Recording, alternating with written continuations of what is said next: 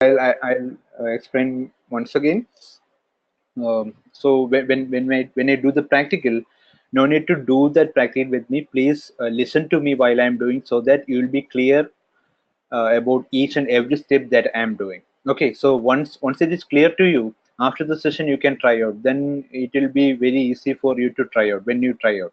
Okay, so please don't execute those commands. So don't try to do everything along with me, so that we can save time and we can improve your understanding. If you, after the class, when you execute these things, if you have any doubt or any issue, you can always email me and I'll get back to you.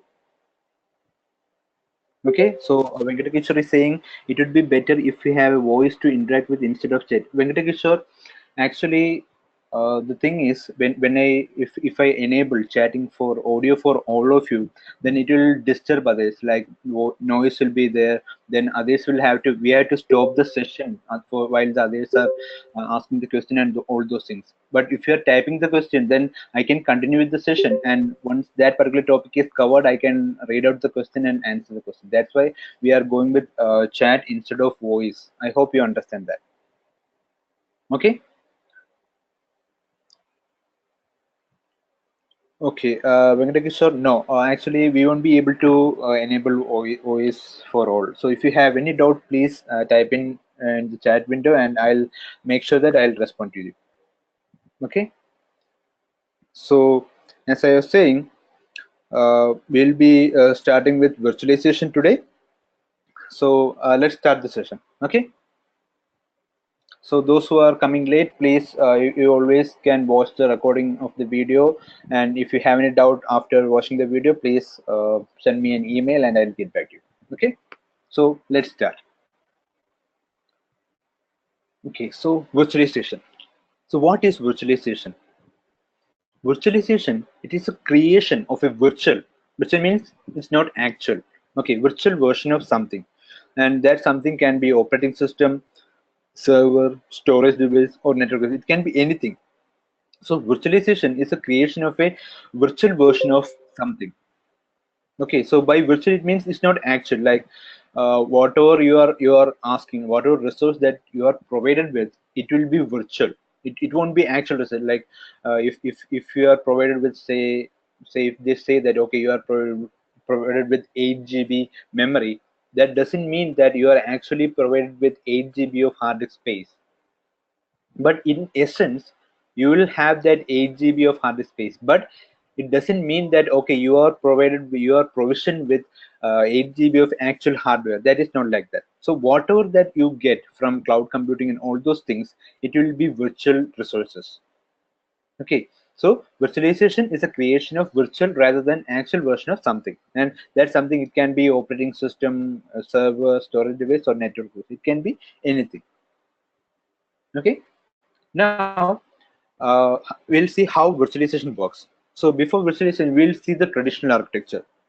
Okay, so in the traditional architecture, you will have hardware, which is the actual physical hardware. Then you will have your operating system installed on top of that hardware, and your application will be installed on top of the operating system. This is the traditional architecture. This is like your normal PC. Okay, so Mahesh is saying he's not able to hear my voice. So can all of you hear me? Is there any issue with my voice? Okay, it looks like others are able to hear me. So it should be his system. Let him check and get back. Okay, so there is one question from Prapanshu. I'll once again say that please bear with me if I pronounce any of your, if I mispronounce any of your names. Okay, so Prapanshu is asking, how can I create, how can I create VirtualBox in Ubuntu, and will it be okay to create a virtual VM box in 4 GB RAM with i3 processor? Pravanshu, I'll answer this question during the session. Okay, that will be then the upcoming slides. Okay, so Akhil is asking, can we allocate more resource to virtual machine than the base machine on which it is hosted? Akhil, that is a very good question. Actually, you won't be able to do that.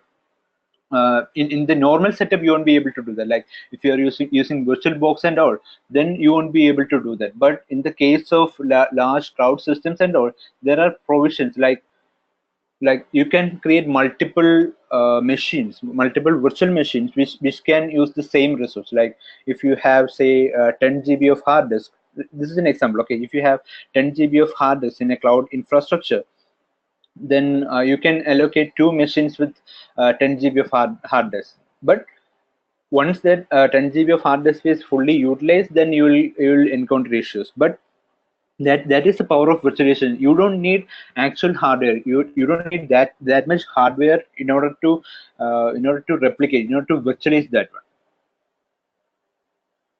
Okay. So Venkatakishore is asking once again, please explain about virtualization. Okay, Mahesh is still not able to create, so let me reply to Mahesh 1 minute.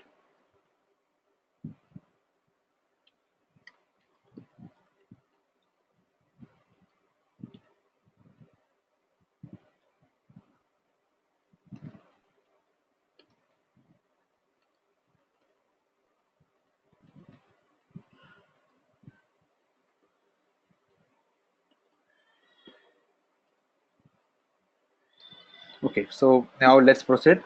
I'll explain virtualization once again. So virtualization is the creation of a virtual rather than actual version of something. Like it will be like you'll be provided with a virtual operating system, or you'll be provided with a virtual server, or you'll be provided with a virtual storage device, or you'll be provided with a virtual network resource. So basically you won't be getting the actual resource, but you'll be getting a virtual means not actual.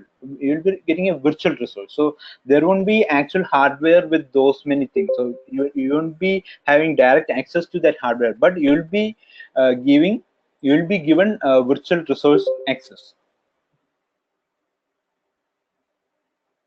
Okay, so Prashant is asking, I didn't get the 10 GB dividend in 10 GB divided into virtual machine. Can you please repeat that point? Okay, Prashant, like I mentioned, okay, Mahesh is saying he's not able to hear me. Okay, good.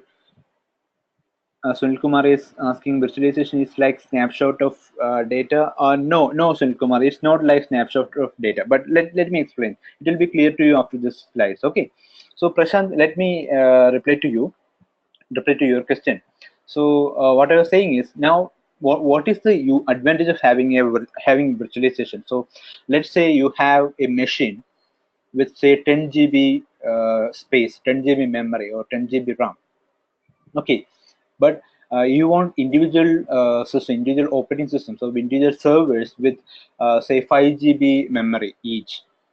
In that particular case, in the normal case, like you have a 10 GB system, and let's say you have a 10 GB system, and let's say you have need for two servers each with 10 GB RAM. Okay, so the computing resource that you need is 10 GB RAM for each server, but you only have 10 GB RAM in your physical server. What you can do is you can create virtualized machines, and each of that machine can have 10 GB RAM allocated. That is possible for you to create. So what it will do is it will automatically share the resource in such a way that those separate servers will have access to 10 GB RAM, but not at the same time. That the host machine and this virtualization will take care of. That will be clear once we continue with the session. Okay, I hope that 10 GB division is clear to you, Prashant. Okay, good.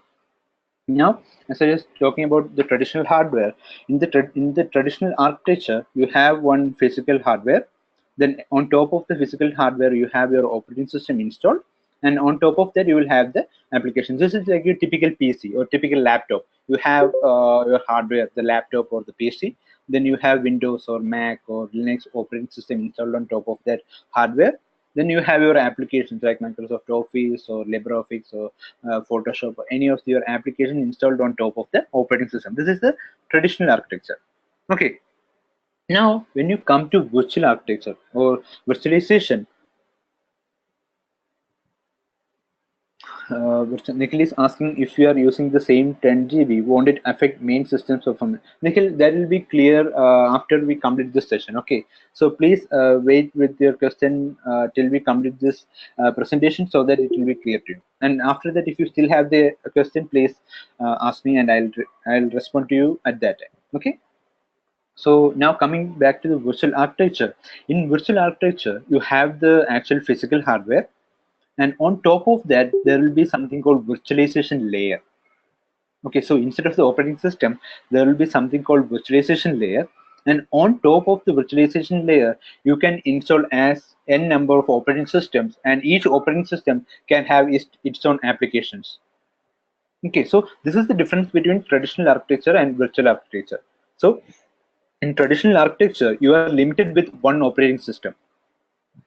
But in the case of virtual architecture, with the help of virtualization layer, you can install multiple number of operating systems with the same hardware.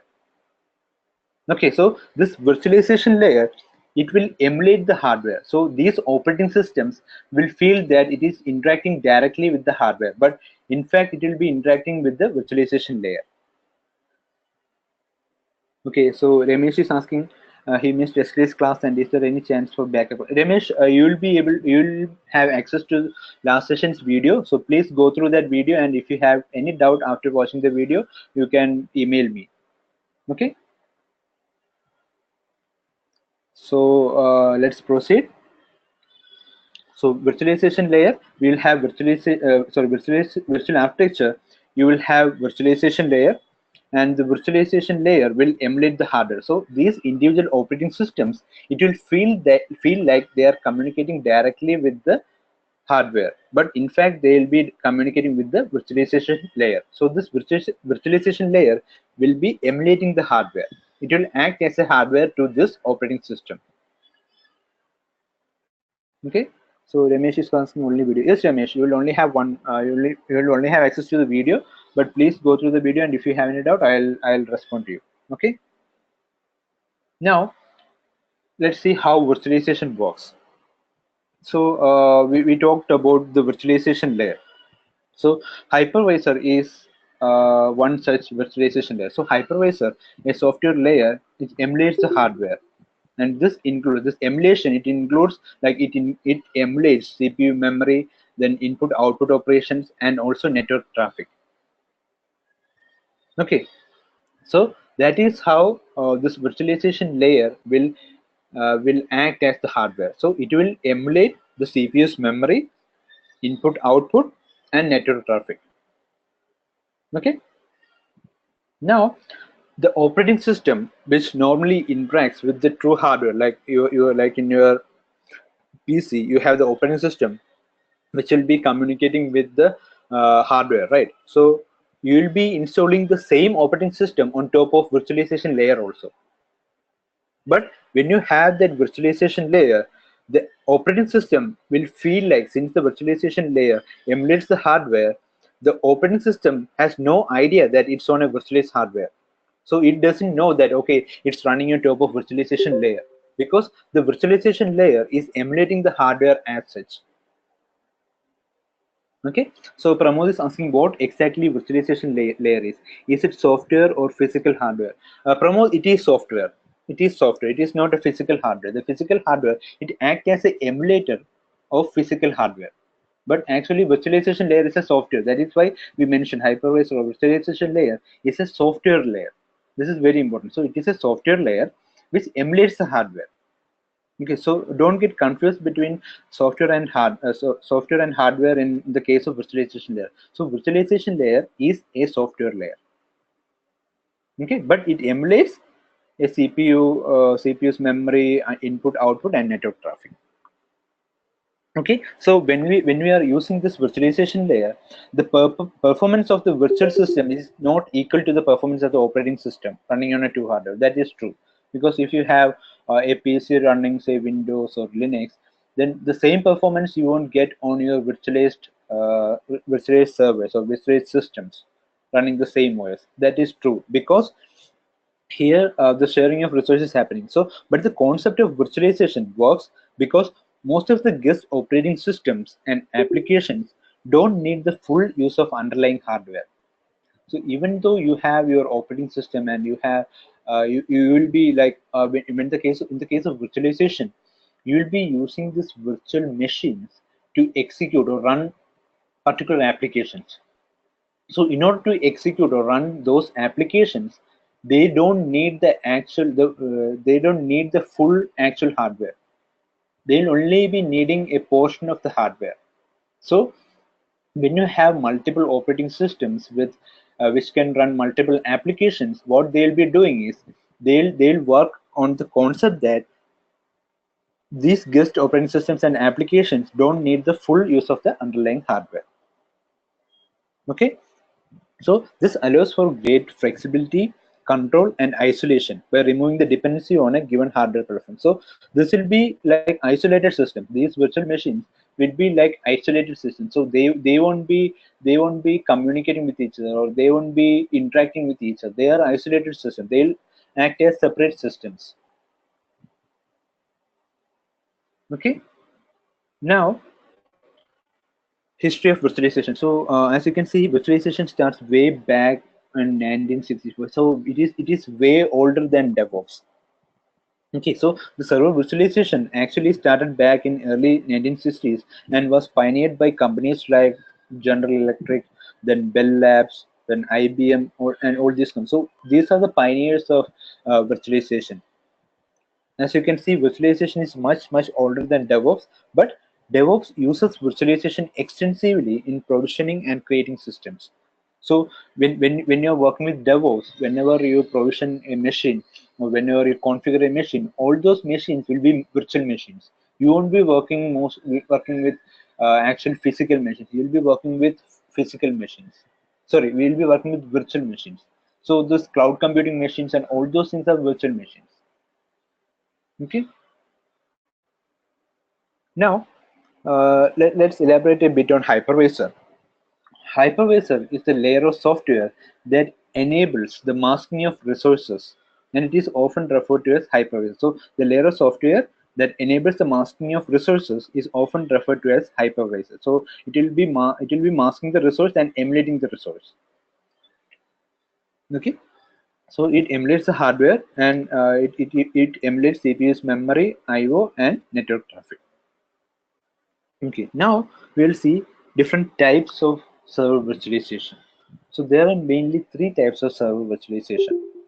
Okay, first one is full virtualization. Okay, Rashmi is asking what does masking means. Okay, Rashmi, what masking means is like these virtual machines or these operating system that you are installing on top of the virtualization layer, it won't be communicating with the hardware. So the actual physical hardware is masked from those operating systems, from those guest operating systems. Is it clear? That is what masking means. I hope I answered your question as well, Rajita. Is it clear to you, Rashmi and Rajita? Okay, good. Now let's proceed. So types of server virtualization. There are three types of server virtualization. So Nagendra is asking, can we access the files which are created in the virtualization? Yes, Nagendra. See, each individual virtualized machine will act as a physical machine. It will respond to you as if it's a physical machine. So you will of course have access to the files and all that you create. Without access to that, and then there is no use of virtualizing the machine, right? Okay. Now, types of server virtualization. First one is full virtualization. Hypervisor is one of the most common example of full virtualization. Here, hypervisor is used to interact directly with the physical server CPU and disk space. So each guest server runs on its own OS. So this guest server will have its own operating system installed on top of this hypervisor, and you can even have one guest running on Linux and another on Windows. So you can install multiple different types of operating system, or you can have virtual machines running different types of operating system when you are when you are implementing full virtualization. Okay, so an example for full virtualization is hypervisor. That is the most common example. Okay, so next type of virtualization is para virtualization. It is a relatively new type of virtualization, but unlike the full virtualization technique, the guest servers in the para-virtualization systems are aware of one another. That means these guest operating systems that are running, or guest servers that are running in para-virtualization, they know that, okay, there is another guest operating system running in the same virtualization layer. So the other operating systems are aware of that, or other machines are aware of that one. Okay, so the advantage of having this is that the hypervisor in para-virtualization doesn't need as much processing power to manage the guest operating systems, because each operating system is already aware of the demands of other OS. So if there are, say, two guest operating system running with the help of para-virtualization, then the first operating system, it knows that, okay, there is one more operating system running along with me using the same hardware or same virtualization layer, and it needs these much things. Okay, so that can, like, that doesn't need, and that eliminates the need of processing power. Like, each machine won't be trying to use the full resource of this particular hardware or full resource of the virtualization layer, because it knows that, okay, there are other machines as well, and they also need the resource power to handle on its own. Okay, so example for para virtualizations are Sun open source hypervisor in the Linux kernel. So that is one example for para virtualization. Okay, now the third type of server virtualization, which is OS level virtualization. So this is only used limited in limited number, but here there is no hypervisor.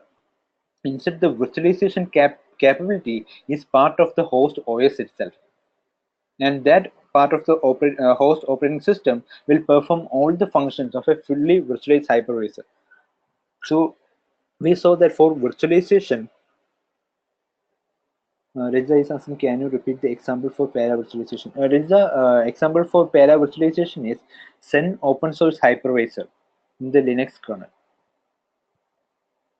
Okay, so as I was saying, in OS level virtualization, there is no hypervisor layer. Like normally in virtualization, we'll have one virtualization layer which will be emulating the hardware, right? On top of that, you will be installing the operating system. But in the case of OS level virtualization, instead of installing this virtualization layer separately, or virtualization layer software separately, what you will do is you will install the operating system, and that operating system, a part of the operating system itself, will act as the virtualization layer.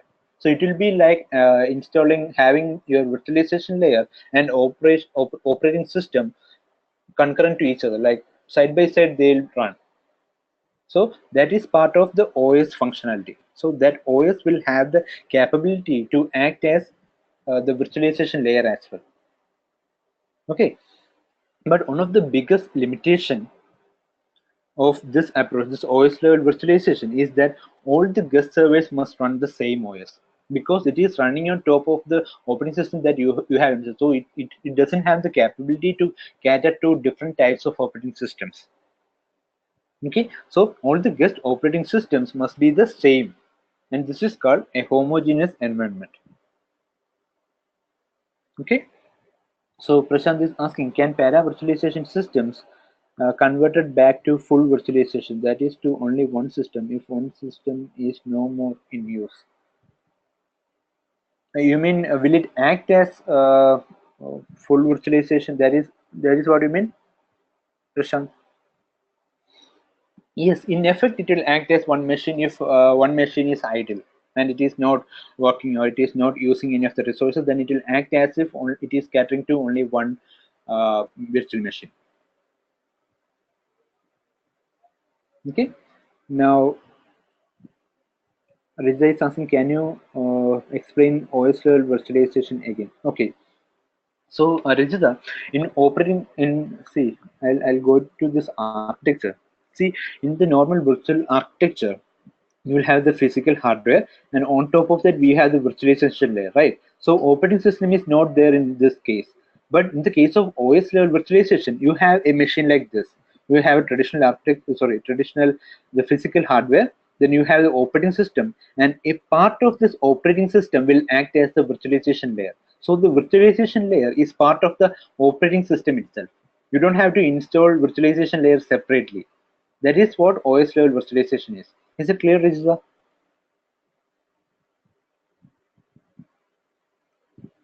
Okay, so Akhil is asking, in OS level virtualization, will there be a separate kernel?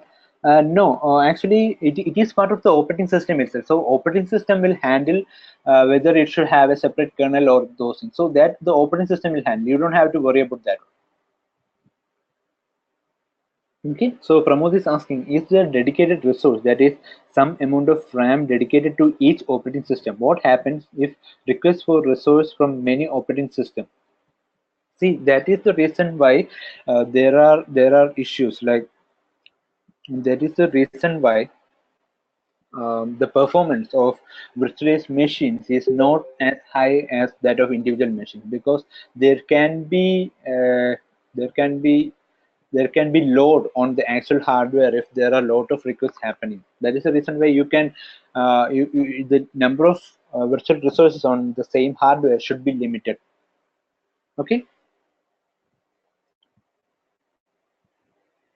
So Khadi is asking, in para virtualization, do we have same OS type? No, Khadi. In para virtualization, it can be a different operating system. There is no restriction in saying that it should be the same hardware, so the same operating system. Okay. Now, para virtualization. Okay, Khadi is asking, what is the difference between full and para virtualization? So see, Khadi, in full virtualization, the hypervisor will there will be a hypervisor and it will be interacting with the guest operating systems. Okay, but in the case of para virtualization, and those machines will be independent. They won't know about each other. Those guest operating systems won't know about each other. Okay, but in the case of virtualization, the guest operating systems running, it will know about each other. So it will know that, okay, there is another machine running within the same virtualization layer, and it have to cater to the virtualization layer will have to cater to that particular resource as well, that particular operating system as well. Okay, is it clear, Khadi?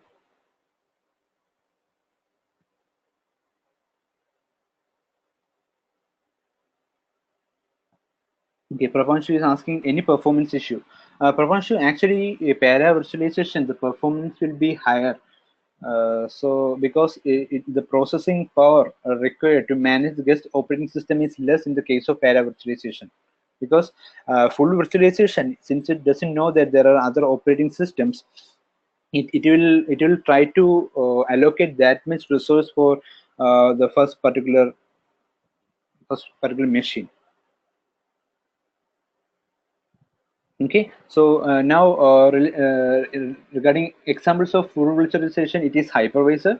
Then for para virtualization, as I mentioned, Sen open source hypervisor is an example for para virtualization, and for OS level virtualization, it's VMware ESXi. Okay, so these are the examples. Now let's proceed.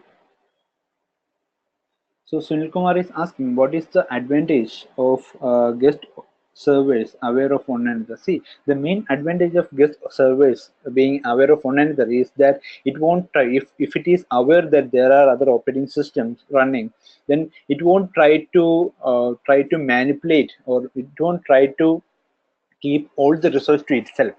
It will have a sharing mentality. It can have a sharing mentality. Okay, it will think that, okay, it has one more operating system running on this same virtualization layer, and it also needs resource, so I should be considerate about the use of my resources, like that. Okay, so Venkatesh is asking, is it possible to keep all the VMware belongs to which sorry, VMware in same VLAN in para virtualization?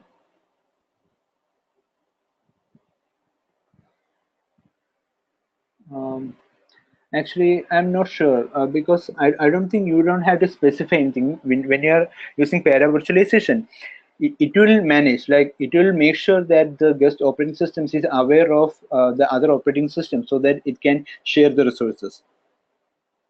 Okay, Divya is asking Oracle VirtualBox and VMware belongs to which version? Divya will be seeing in the upcoming slides. Sadish is asking, can you please come with an example of OS level virtualization? So, Sadish, that's what I mentioned. VMware ESXi is an OS level virtualization example. Okay, so what it does is the operating system itself will have a part of it working as virtualization layer.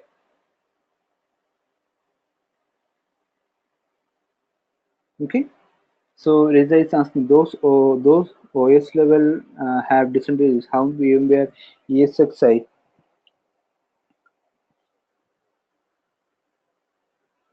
Sorry. Actually, I made a mistake. This VMware ESXi, it's not OS level. It is full virtualization. I made a mistake. It's like hypervisor.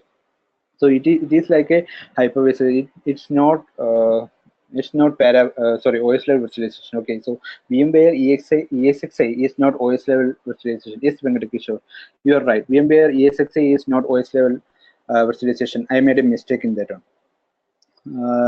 So regarding the example, like there are Windows Server, there are different operating systems. Let me see. I'll get back to you on that one, like, uh, regarding the example of OS level virtualization. Okay.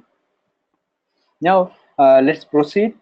And regarding server virtualization, VirtualBox is a type, like there is another differentiation in hypervisor. Like there are two types of hypervisor. We saw hypervisor is a full example of full virtualization, and we'll be focusing on hypervisor during our session. Okay, so hypervisor, there are two types of hypervisors. First one is type 1 hypervisor, and second one is type 2 hypervisor. So VirtualBox is an example of type 2 hypervisor. So what does this type 2 hypervisor mean? It means that it is in this type of hypervisor, the virtualization host software that runs as an application on an established operating system. So you will have an operating system, and this hypervisor, it will be a software installed on top of the operating system. Is it clear? Now let's take the example of VirtualBox. So in the case of VirtualBox, you will have your PC, then you will have your operating system. It can be Linux or Windows or Mac operating system. Then you will have VirtualBox installed as a software on top of your operating system. So that is type 2 hypervisor. Okay. So now type 1 hypervisor is the host software that runs on what's known as bare metal. Like in this one, on top of the hardware, you will have the hypervisor installed. You don't have any operating system in between the hypervisor and the hardware.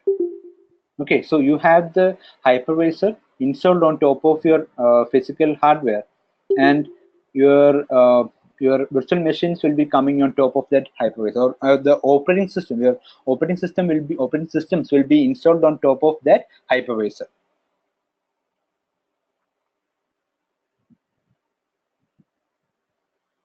Okay, so Vivek is asking me to have a better example to understand. Okay, now let's take this thing.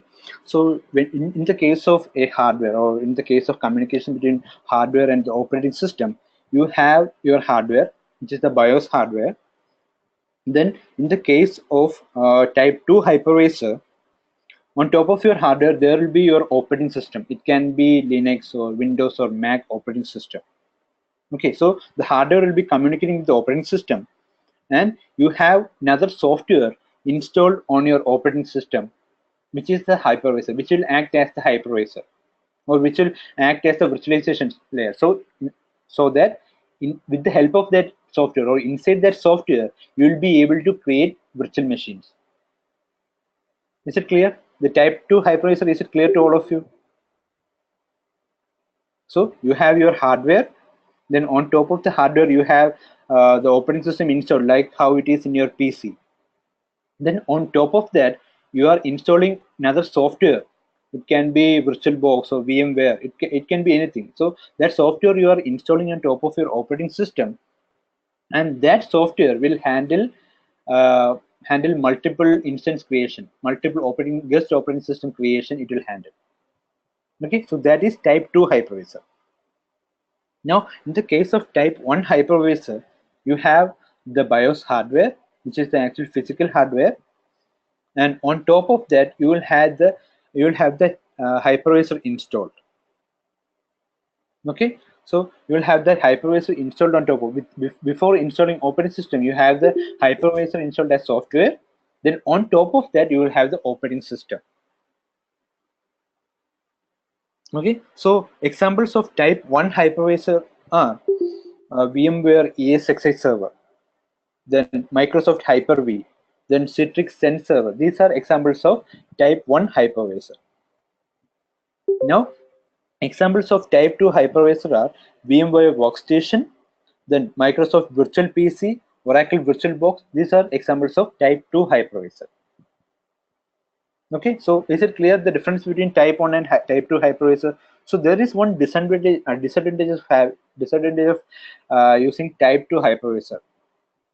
That is, this type 2 hypervisor is relying completely on the host operating system. So it is completely dependent on the host operating system for its operation. So if there is any issue with the host operating system, then all the virtual machines will break, because this hypervisor runs as a software installed on top of the operating system, right?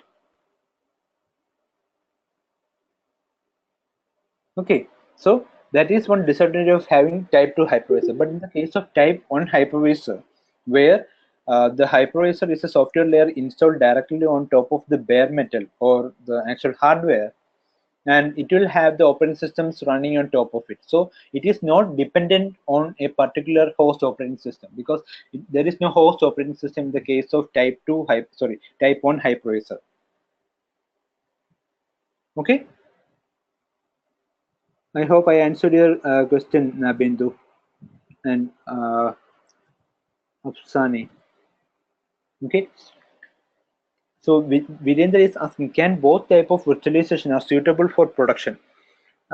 Yes, Virendra, both type of virtualization are suitable for production, but normally in the case of production, since these virtual machines will be expected to run only one particular applications and all, mostly will be going for type 1 hypervisor. But in order for doing testing, in order for testing surveys and all those things, you will be using type 2 hypervisors. Okay, so Vivek is asking, type 2 have OS below it? Yes, type 2 have operating system below it. So the hypervisor will be installed as a software on top of the operating system, and type 1 has no operating system. Yes, or no operating system below the hypervisor, or in between hypervisor and hardware there is no operating system. Okay, now let's proceed. Now we'll see the benefits of virtualization. So first and foremost benefit of using virtualization is, of course, reduce spending.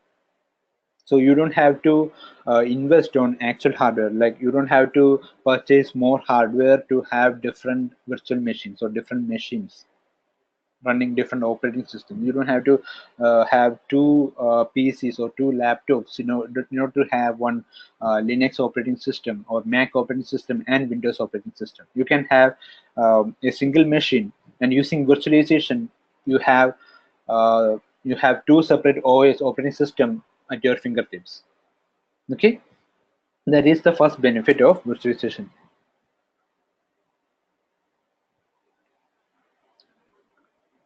Rashmi is asking, ESXi has Photon OS. What is that? Is it a hypervisor enabled OS? No, no. Actually, ESXi, this VMware ESXi server, it is it is a hypervisor, so it is not an operating system. So maybe like that hypervisor software, in order to perform, they have this Photon operating system, but it is not OS level operating system. That is not for uh, running any application. That is for the hypervisor alone. Okay. Now Riza is asking, does virtualization is a part of cloud computing? Actually, Rijita, in cloud computing, whatever resource that you are receiving, it's virtual resource. That is what I mentioned in the last class when we are talking about cloud computing. We saw that it's a virtual pool of on-demand resource. So that is the important keyword, virtual pool. You won't be getting actual hardware, but you'll be getting the virtual resource. Okay, so Virendra is saying Photon is like container of VMware. Yes, exactly, Virendra. Now Khyadi is asking, on virtualization layer can we install guest operating system? Yes, actually we'll be installing guest operating system on top of the virtualization layer. Okay. Now I'll show you the example. Like I have VirtualBox installed on my machine, and now in this is a hypervisor. This is a hypervisor, type 2 hypervisor. So this is a software installed on top of my Mac operating system. So if you want to create a new virtual machine, what you have to do is you have to click new, then you have to give any, say, my Windows machine. Then you can select Windows machine, which operating system this particular machine is running, and you can select the version. And then once you continue, you have to specify the ISO for that particular operating system, for that particular operating system to boot and all. Okay, so that is what type 2 virtualization is, or type 2 hypervisor is. Okay, so Smriti is saying the virtualization concept is same as cloud. Yes, Smriti, actually in cloud computing, whatever resource that you are getting, those are virtualized resources. So that uses virtualization extensively. Okay, Vivek asking, what does exactly mean by guest operating system? Please give a brief example. Okay, so Vivek, by what I meant by guest operating system is the virtual machine, the operating system of the virtual machines that you are running. Okay, what I meant by the host operating system is your host operating system. So in my case, I have a Mac machine. Okay, so my host operating system is a Mac OS or Mac operating system. And if I have the VirtualBox, and if I install, say, one Linux virtual machine or one Windows virtual machine, then that is my guest operating system. Is it clear, Vivek? Okay, good. Now, next benefit of virtualization is easier backup and disaster recovery. Okay, so you can create, with the help of virtualization, you can create a full machine from a file. Okay, now that is why it is easier to backup. Like if you have, like you can create snapshots from your virtual machine, and you can use that snapshot and create a new virtual machine with the same content and all. So that is why it is easier to backup and disaster recovery with the help of virtualization. Okay, so next advantage is, or next benefit is, it is easy to provision. Like it is easy for you to provision your virtual machine. It is even possible for you to provision your virtual machines with the help of a single file. You can have a file, and with the help of that file you can create a new machine. That is how useful or beneficial virtualization can be. Okay, and final benefit is easy to replicate. Like I mentioned, you can create snapshot, or and from that snapshot you can create the same machine. And if you want to if you want your same machine on another machine, or same virtual machine on another machine, then you can just copy the snapshot and create your virtual machine from that snapshot. Then you have the same machine on another system. So that's how so it makes replication easy, replication easy. Okay. Now Tushar is asking, could you show practical of type 1 hypervisor? No, Tushar, actually we won't be having any practical of type 1 hypervisor, because you should have one machine with hypervisor installed without any operating system. So that unfortunately we won't be able to see, but we'll be focusing on this virtualization. We'll be focusing on creating virtual machines in the upcoming slides, or in the second part of today's session. We'll be focusing on that. Okay. Now, Foshan is asking, suppose you have created 5 slices of virtualization on physical server and one of your slices is not performing well. How will you resolve it? Is it required downtime each time as it connected with physical? So, Foshan, if your one particular virtual machine is not performing, that means two things. Like one, there is a bottleneck. So the other machines are taking too much of the actual physical resource, and the resource is not available for the fifth resource. So the only thing that you can do is either increase the hardware power that you have, or reduce the number of virtual machines, so that you can be sure that okay, my present hardware can support my virtual machine or 5 number of virtual machines. So those things you'll have to take care of. So normally, uh, like minimum you should have at least 4 GB of memory to operate virtual machines on your physical machine. Okay, but 8 GB will be ideal, but at least you should have 4 GB. But even if you have 4 GB RAM, then also please don't try to create n number of virtual instances or virtual servers. There should be, you should only be using say one or two or three, maximum three virtual machines when you have only 4 GB of RAM. Okay. Now Kyadi is asking, replication will lead to redundancy. Yes, you can use replication for redundancy, but you will have to manually copy those snapshots. So it is not automatic redundancy, but it can be used for redundancy. Okay, Khyadi is asking which type is used in DevOps. Khyadi, actually, in your examples, we won't be using virtual machine. We'll be using a different type of machine called containerization, or we'll be using containers instead of virtual machines in the case of DevOps. We'll see about that in the upcoming session. But just understand this virtualization, because virtualization is the basic of nodes or servers that we'll be using with DevOps. Okay. Now, some of the important virtualization products. First is VMware. So if you are targeting enterprise environment, then VMware is a tool for you. So it is the market leader in virtualization, and it is the enterprise version. It is created by Dell Technologies. It is maintained by VMware Inc., which is a subsidiary of Dell Technologies. Then second is VirtualBox. This is one of the most common virtualization product, and this is provided by Oracle. So if you want virtualization in desktop, then VirtualBox is the simplest tool for you to do. You just need to install VirtualBox and configure it, and you can have your own virtual machines created inside your machine. So it is lightweight, and it is very useful, and it is one of the most popular virtualization tool. Okay. Now, apart from this, there are others like Microsoft, Google, and so on. The list is huge, but we'll be focusing on VirtualBox for this particular course. Okay, so that is about virtualization. So, does any of you have any doubt regarding virtualization? Anyone?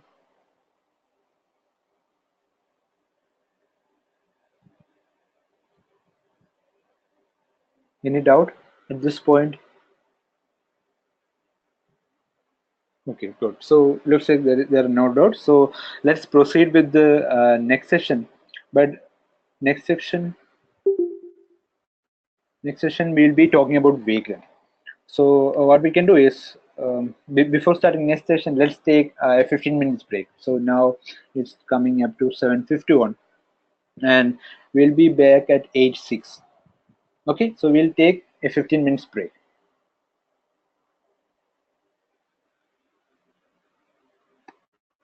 Okay, so back in 15 minutes.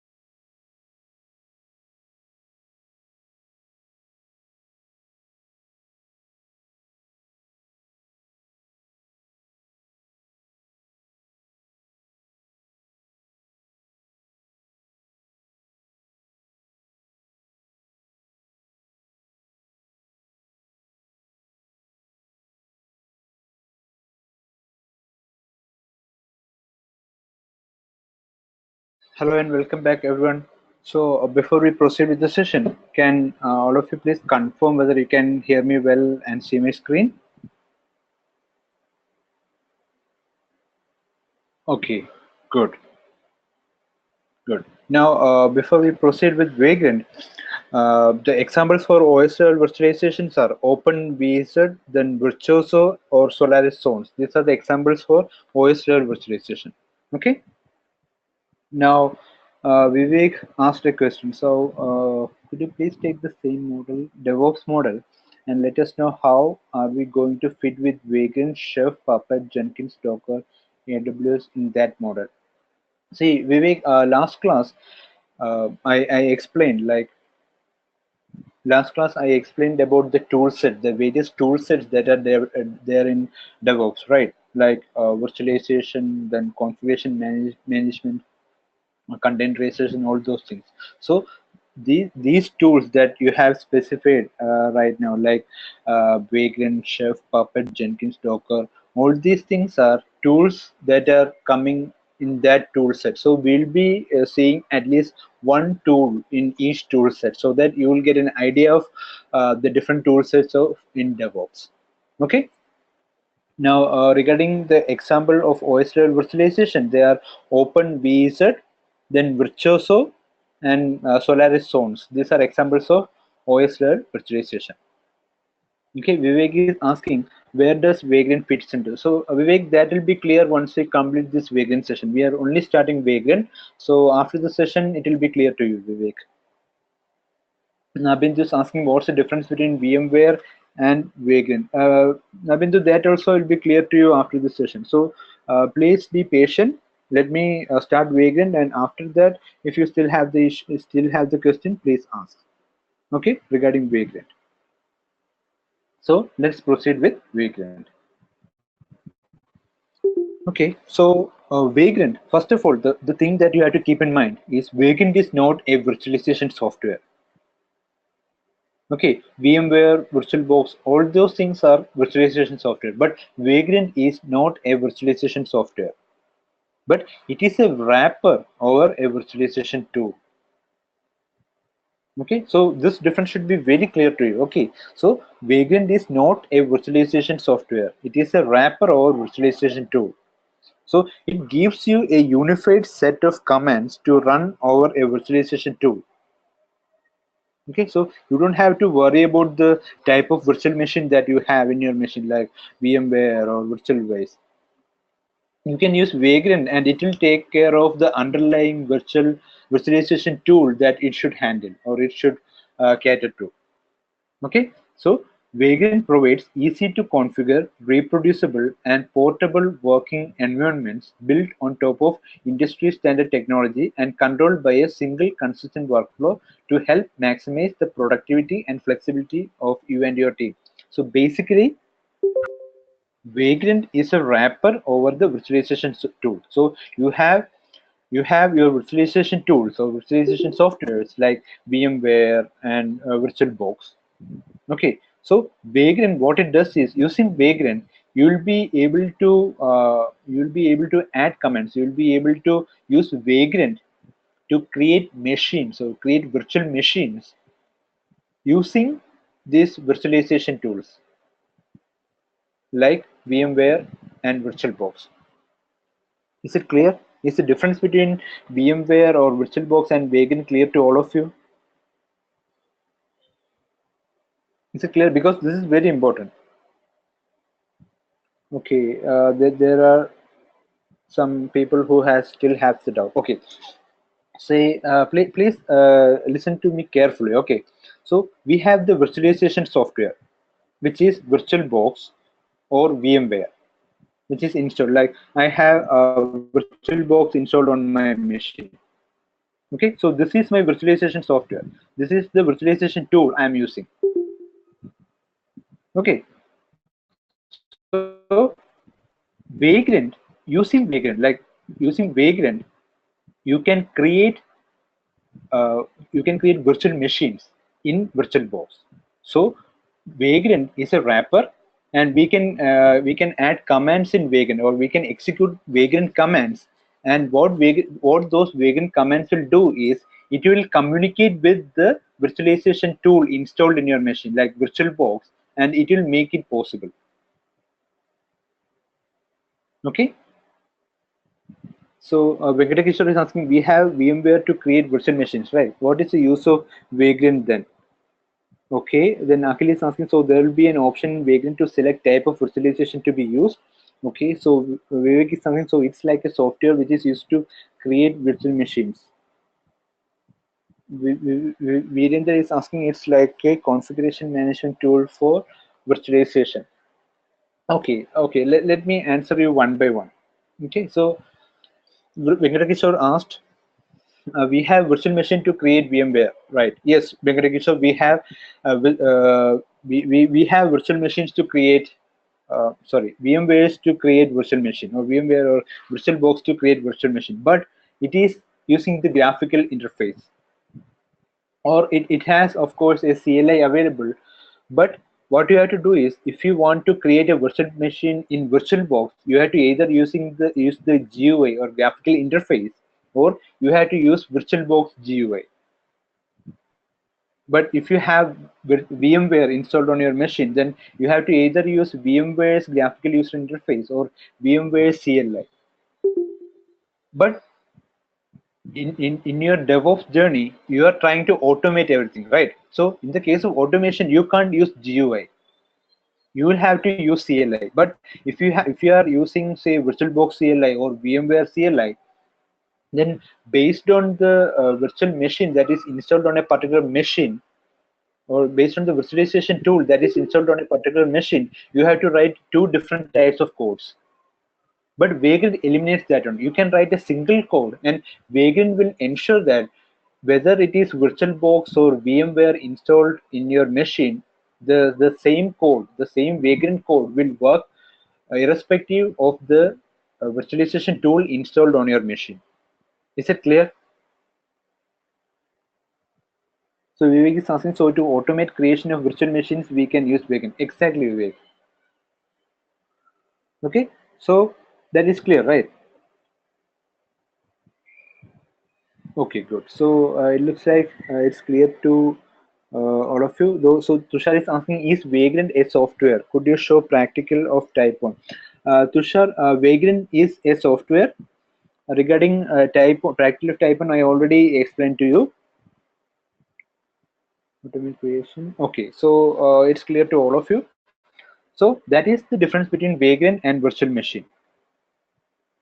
Okay, so Manoj is asking, is Vagrant works with ESXi or KVM? Yes, Manoj, Vagrant can work with different types of virtualization tools, but normally when we are talking about, say, type 2 hypervisor, we'll be talking about VirtualBox and VMware. Okay, so Akhil is asking, so if you have VirtualBox and VMware both installed, which one will Vagrant prefer? Okay, actually, uh, Vagrant will first look for VMware first. Then if VMware is not there, then it will be looking for VirtualBox. So if you have VirtualBox and VMware installed on your machine, then Vagrant will be looking for VMware first, unless you specify that in the Vagrant file, which we'll be seeing. Okay. Now, in order to achieve its magic, Vagrant stands on the shoulder of giant. Like, machines are provisioned on top of VirtualBox, virtual machine, AWS, or any other provider. Okay, so industry standard provisioning tools such as Shell Script, Chef, or Puppet can automatically install and configure softwares on virtual machines. So the configuration management tools can be used to configure softwares on top of virtual machines. Okay, now use of uses of Vagrant in an environment, like for developers. So if you are a developer, what Vagrant will do is it will isolate dependencies and their configuration within a single disposable consistent environment without sacrificing any tools that you are used to working with. Okay, so what does it mean is, like, as developers, you may have to test your code on different types of environments or different types of operating system. You may have to ensure that your code is working on a Windows operating system, or Linux operating system or anywhere. Okay, so in that case, in order to look for a different machine running different operating system, what you can do is you can develop the same machine. Then when you have Vagrant, what you can do is you can provision resources with the help of Vagrant. So you have one Vagrant file, and using Vagrant file you can spring up Linux machines or Windows machines in a jiffy. Okay, so once you or someone else creates a single Vagrant file, you just need to do Vagrant up, and everything is installed and configured for you to work with. So now you are a developer and you have your Vagrant file that you are used for testing. Now another developer joins your team, and what that developer needs is for you to just give this Vagrant file.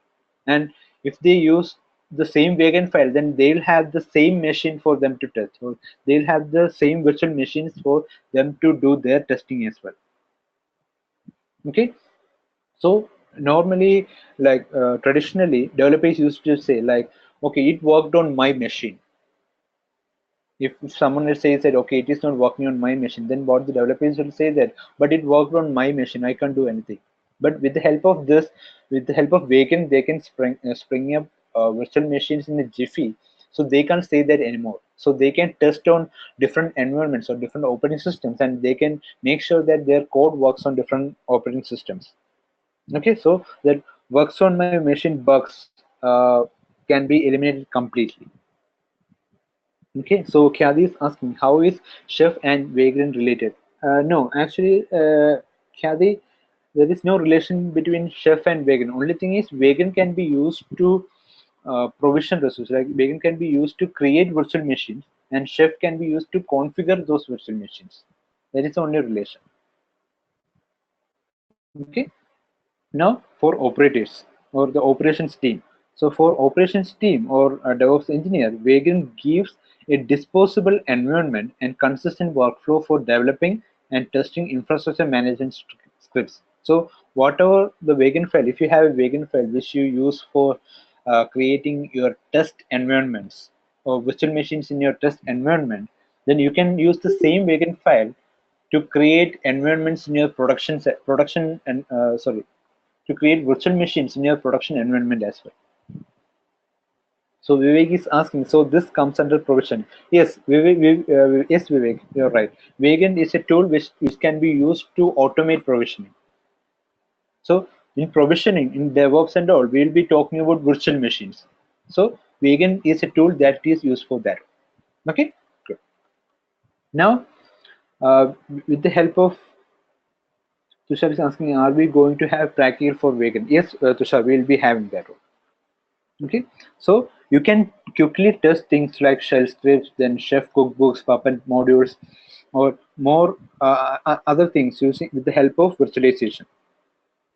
Okay, so with the same configuration, you can test these scripts on remote cloud systems. Like whatever test that you are doing locally, the same thing can be done on a remote system like AWS or your production systems, production service as well. You can do the same thing. Okay. Now, Akhil is asking, if we use Vagrant on a machine, we will execute commands on host machine itself. Yes, yes, Akhil, we will be executing commands on host machine. Okay, Sadish is asking, this tool can be used base systems. Now, Sadish, I'm not sure I understand your question. Can you elaborate that? What do you mean by base systems? Okay, so while Sadish is typing his question, let's proceed. Now like this for operators, like they can be sure that if they have a Vagrant file which works on test environment, they can be sure that it will work on production environment as well. So Sadesh is asking, means physical system, base system means physical systems. Sadesh, this Vagrant file is used along with the virtualization tool, and with the help of virtualization tool, it is used for creating virtual machines. Okay, so it's not for physical system, but the commands that you are executing will be on your host machine, but it is used to interact and spring up virtual machines. Okay, so Vivek is asking why a disposable environment is needed. Vivek, that is a very important question because see, now as I mentioned, we'll be working with virtual machines, or you will be working with virtual machines as DevOps professionals. Okay, you can't be expected to invest in adding new hardware or creating a new machine every time that you have a requirement, right? So instead of that, you should need disposable environment, so that if you have, say, three servers or three, if you want to have three virtual machines, then what you can do is in your test environment, or in your local machine, you can create three virtual servers, and you can work with those three virtual servers, and once everything is working, then you can make it into convert into test environment, or put it into a production environment. That is why we use disposable environments in DevOps. Okay, Vivek is asking, please go back to the previous slide. Okay, Nabindu, something I don't understand. Chef cookbooks and those four terms written there. Nabindu, those things will be clear during this course, because when we see the chef topic at that time, it will be clear to you, Nabindu. So only thing that you have to understand, those are tools which are used to configure your virtual machine. So those commands can be executed with the help of Vagrant. Okay, or the virtual machines that are created with the help of Vagrant can be provisioned with the help of those commands. You just need to understand that much at the moment. When we look into configuration management tools, at that time it will be clear to you. Okay, now for designers. So if you are a designer, Vagrant will automatically set everything up that is required for that web app in order for you to focus on doing what you do best, design. Like as a designer, you may not have that much technical capability, or you may not have that much technical expertise to spring up new instance, then set up new instance and provision it and all those things. But if you have a Vagrant system, or if you have a Vagrant file from your developer, then what you have to do is just execute some command, and you have your virtual machine ready. So you don't have to worry about understanding how to provision a virtual machine and all. You can focus on what you do best, which is to design the system. Okay, so that is where Vagrant is useful for designers. Okay, so basically it is for everyone. So Vagrant is designed for everyone as the easiest and fastest way to create a virtualized environment. Okay, is it clear? Now we'll look at alternatives to Vagrant. Okay, as I mentioned, there are CLIs, or command line tools, command line interface, available for VirtualBox and virtual machine. So why we are using Vagrant instead of CLI? I have already mentioned that, but I'll explain once again. So Kadi is asking, Vagrant uses Linux commands. Kadi, actually Vagrant has its own command line. So it has its own commands that you can execute. We'll be seeing that when we do the practicals. Okay. Now coming back, virtualization software like VirtualBox and VMware, it comes with its own command line utilities for managing the life cycles of machines on their platform.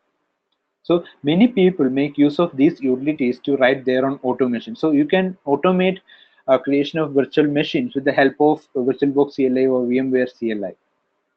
But what Vagrant does is Vagrant uses these utilities internally. So it will be like using a single command for any type of virtualization tool. You can automate creating virtual machines irrespective of the virtualization tool that is available with your system. That is what Vagrant does. So the difference between these CLI tools and Vagrant is that Vagrant builds on top of these utilities in a number of ways while still providing a consistent workflow. So you don't have to study the CLI of VirtualBox or CLI of VMware separately. You just need to study Vagrant, and it will ensure that whatever command that you execute, or whatever thing that you are trying to do, it will be executed irrespective of the virtualization tool running underneath. Okay, so other than Vagrant, there are tools like Docker and Terraform. These are tools competing with Vagrant. In fact, Docker is eliminating Vagrant at the moment.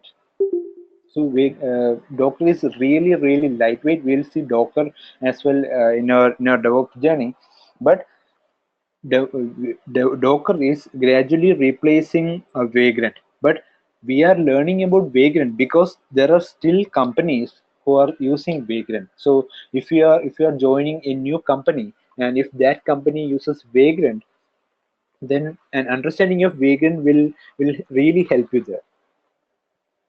Okay. So Vivek is asking, so with VirtualBox, Vivek, okay, with VirtualBox, Vagrant has its own commands along its supports. Okay, Vivek, I think it will be clear to you about this one when we do the practical. So please hold your question till that time, and once after the practical, if you have the issue question, please ask me. Okay. Okay. So now is this clear? This is alternative to Vagrant, and why we are learning Vagrant. Is it clear to all of you?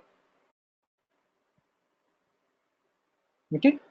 Now, Umashankar is asking, in future classes, are we going to explain Terraform? No, Umashankar. Actually, Terraform is not part of this course. We are trying to use as much topics and as much technologies as possible in this session, but Terraform is not one of them.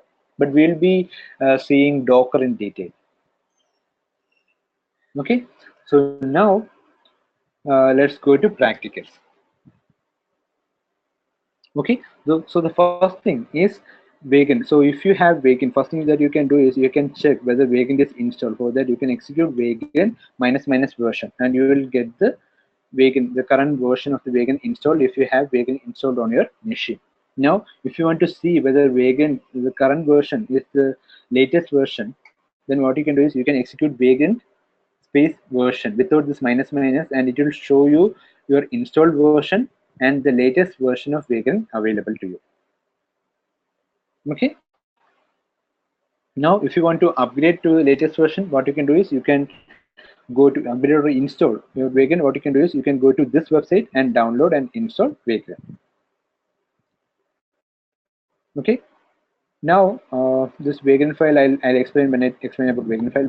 Before that, as I mentioned, in order to work with Vagrant, you need virtualization software installed. Okay, Vivek is asking, how do we install these softwares, etc., for practice at home? That is what I'm explaining in this slides, Vivek.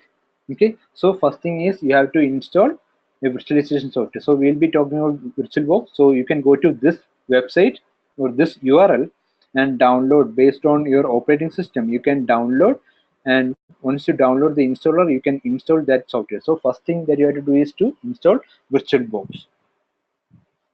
Okay, so once you install VirtualBox, next thing is to install Vagrant. So you can go to this particular website, and there you can select the installer based on your operating system or your machine operating system, and you can install that installer in your machine, and you will have Vagrant. So once you have that machine, once you have Vagrant and VirtualBox installed, if you execute Vagrant minus version, it should give you the versions like this. You should be able to execute the Vagrant command. Okay, so Virendra is asking, can we use VMware Workstation instead of VirtualBox? Yes, Virendra, you can use VMware Workstation. Vagrant will automatically look for VMware or VirtualBox whether it is installed. So you don't have to worry about that one. But in this example, I am talking about virtualization. So those who are starting fresh, please install VirtualBox and Vagrant. Okay, Sadish is asking, is it possible to install Vagrant in Ubuntu 16.04? Actually, Debian is there, CentOS is there. There are various flavors of Ubuntu. Like there are installers for various flavors of Ubuntu. You can go to this website and see whether you have whether there is an installer for your flavor. There should be a version for Ubuntu as well. Okay, so Prashant is asking, let us know minimum config required to install Vagrant.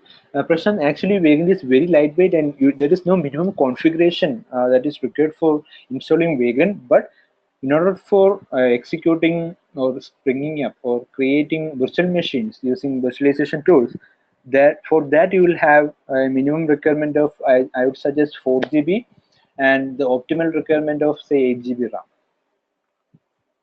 Okay, Rizza is asking, in order to install VirtualBox, what are the prerequisites? I mean, about I hope I answered your question. Next will Rizza. Khadi is asking, in Windows 10 can we install this? Yes, Khadi, you should be able to install this in Windows 10 as well. Shreyas is asking, is Vagrant and VirtualBox a freeware? Yes, VirtualBox and Vagrant are freeware. So you can download it without paying anything. Okay. Now another thing is, if you are using Windows machine or if your host machine is Windows, then please make sure that you have Putty or Git Bash installed. I would suggest Git Bash, because using Git Bash you will be able to execute Linux-based commands in your Windows machine. The normal Windows PowerShell, it won't allow you to execute Linux-based commands. So I would suggest installing Git Bash if you are a Windows user, so that you can execute the commands that I am executing as such. Okay, so Kathy is asking, Vagrant and Oracle VirtualBox need to be installed. Yes, Kathy, in order to try out the examples that I am showing, you have to install Oracle VirtualBox and Vagrant. Okay, now coming back to this one, as I mentioned, in Vagrant, when you're working with Vagrant, there is something called Vagrant file. Okay, so Vagrant file is the core in your use. So whatever things that you want to configure or whatever things that you want to provision in your virtual machine, you will be specifying in the Vagrant file. Okay, so Akhil is asking, so for Windows users, they need to follow Linux commands to use Vagrant. No, actually, Akhil, what we'll be doing is the virtual machines that you will be springing up. Those will be Linux-based machines, and you'll have to SSH and all into those machines if you want to execute commands inside the machine. So for that one, so in order to SSH and those things without doing any configuration, you should have Git Bash. That will be very useful if you are a Windows user. But for Mac users or Linux users, the normal terminal should do. Okay. Venkatakishore is asking, can you show us how to install Vagrant? Venkatakishore, actually installing Vagrant is pretty straightforward. You can just download the installer and follow the instructions. Like open the installer and it will. You can just click next, next, next, and it will be installed. You don't have. There is nothing special about it. Okay. So Vivek is asking, so VirtualBox is prerequisite to install Vagrant. See, Vivek, as I mentioned, Vagrant is a wrapper around the virtualization tool. So you should have a virtualization tool in order to create virtual machines. Without virtualization tool, without any tool to create virtual machines, then the Vagrant can't do anything. Okay. Rashmi is asking, will you be providing lab environment, or we have to install this on your own system, our own system? Rashmi, you'll have to install this on your own system, because we have structured the training in such a way that you should be able to execute all the commands on your own machine itself. Okay. So Venkatesh is asking, do we need to install Vagrant in VirtualBox or in my base system? Venkateshwar, I would suggest installing Vagrant in your base system, so that you can execute commands in your base machine. Okay, so Sadish is asking how it will be useful in real time. Sadish, our main focus on this particular, like Vagrant, we are doing this so that you will get an idea of virtualization, and to introduce you to the tool Vagrant. But in the upcoming slides, we'll be seeing why we are using virtual machines in the upcoming session. During the course of this particular DevOps training, it will be clear to you. Okay. So Virendra is asking, any particular flavor of Linux for installing Vagrant, or I can use any Linux flavor. I think Virendra, you should be able to install on any Linux flavor. But as I mentioned, if you go to this particular website, this vagrantapp.com/downloads, you can see installers for different flavors of Linux. Okay, so Divya is asking, when should Oracle VirtualBox? We should install Oracle VirtualBox on top of that Vagrant. Is that right?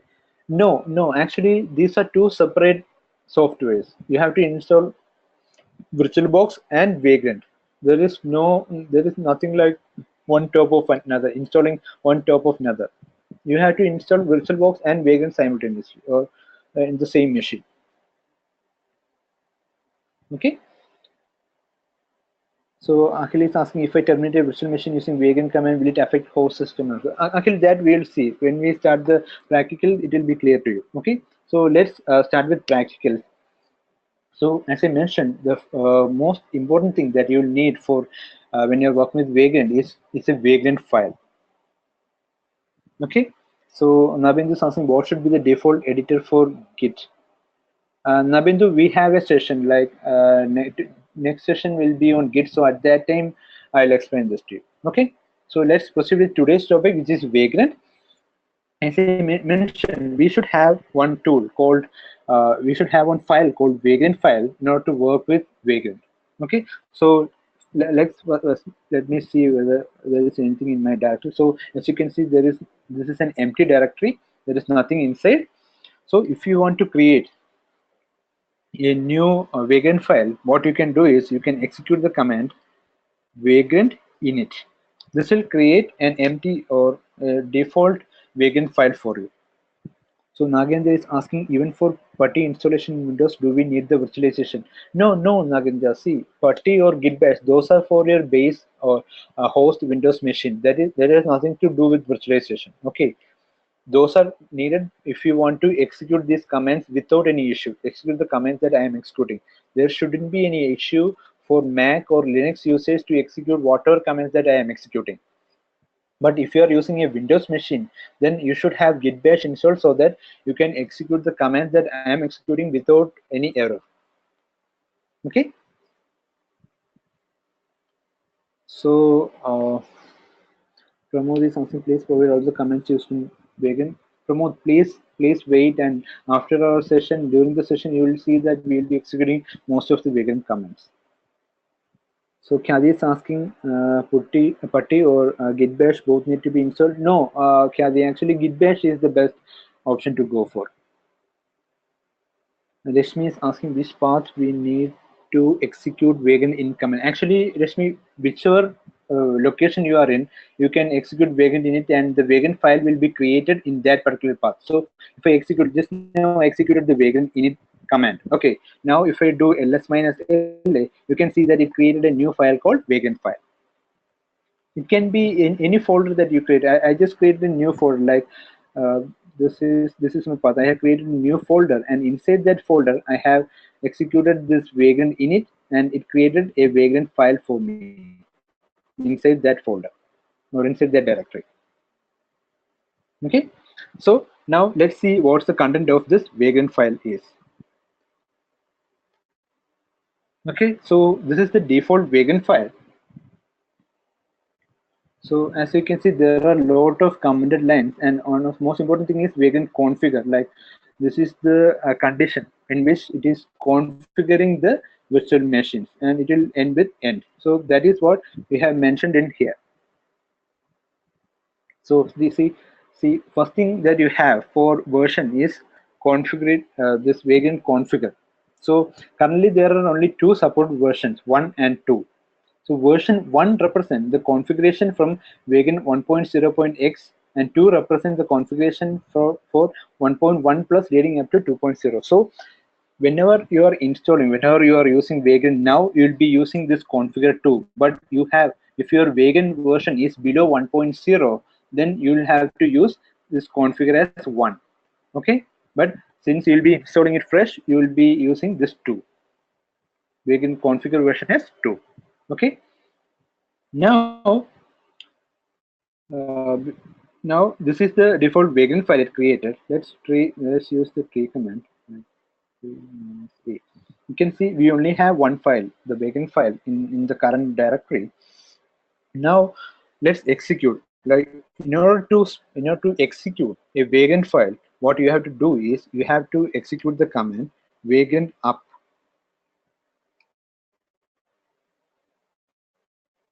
Okay, so now when you execute Vagrant file for this default Vagrant file, when you execute Vagrant up command for the default Vagrant file, you will get an error. Okay, so Khadi is asking tree command is useful. Khadi, tree is a Linux command to get the structure of a particular directory in a tree-like format. It's just for that, and to just show you what are the files that are there in that particular folder. Okay, now Sushil Kumar is asked where we have to create file under home directory in Vagrant. No, Sushil Kumar, once you install Vagrant, it will be available for you anywhere inside your machine. So I just created a new path. I just created a new folder, and inside that I am executing this command. So please don't get confused with that one. Okay. So Vagrant is just to get you that command line tool of Vagrant. Okay, that is why we are installing that Vagrant software. Okay, as you can see, it's giving an error saying that it couldn't open file like base. So before checking anything else, let's do tree. When we execute Vagrant up command, see, when we executed tree command earlier, there was only one file in the directory, Vagrant file. But when we executed, after executing Vagrant up, we have one hidden Vagrant folder, and inside that there are files which Vagrant uses when it created, when it was executing that Vagrant file. Okay, now it is giving you error because if you go to Vagrant, by default there is something called box, the VM box, which is the box which is it is like an ISO file that is needed to create a new virtual machine. So by default, when you use Vagrant init, the Vagrant file created, it will have the VM box name as base, but there is no box name called base. So first thing that you have to do is you have to change that name, that box name. You have to specify the box that you want to use. Okay, so now if you see here, you can get the list of boxes in here. You can go to this particular URL, and here you will see the available list of virtual boxes, VM boxes that are available with Vagrant. Okay, see, there are a lot of things that are available, and you can select one of these and you can use that as box. Okay, now Ajinkya is asking, please enable line number when editing text file. Ajinkya, this is Nano Editor, which doesn't have line number by default. Okay, so please bear with me. Now, what we have to do is we have to change the base file. So there are two ways of doing that. First thing is you can either change here. You can just remove base from here and type in your VM box. Or what you can do is let's first remove the Vagrant file that I created, and also I'll be removing the Vagrant folder that Vagrant created. Okay, now if you do tree, I don't have any file.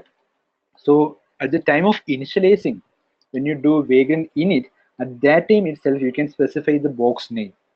So here, if I want to like in this one, I'll be using this Ubuntu Trusty as the box name. Okay, so I'll be using Vagrant init Ubuntu slash Trusty 64. Okay, now what this does is it will create a Vagrant file, and inside that Vagrant file, if you can see this config.vm.box, it is, instead of base, it will use that image name that we provided, or the box name that you provided.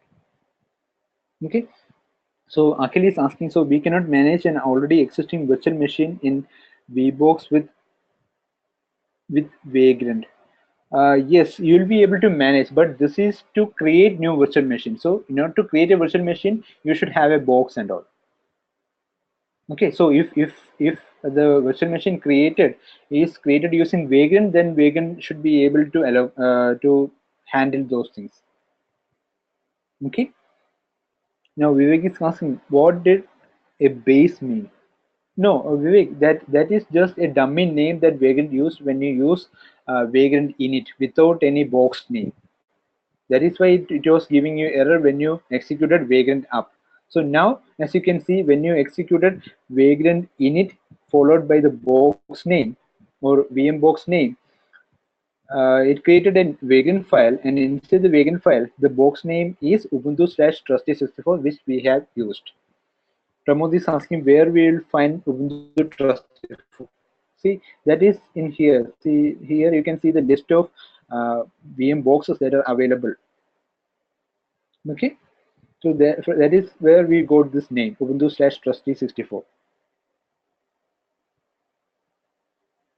Okay, Vivek is asking why do we need box name? Okay, Vivek, see, in order to create virtual machine, you should have an ISO file. Like when you are creating a virtual box, when you are creating virtual machine using VirtualBox also, you have to specify the path of the ISO file, right? So that is what we are doing in this Vagrant. Okay, so Sadish is asking if Vagrant is installed in CLI based device, what will be in the place of VirtualBox? Sadish, it will be clear to you once we continue the session. Okay. Khadi is asking why exactly we use. Khadi, I hope I answered your question as well. Riza, I hope I answered your question also as well regarding the box.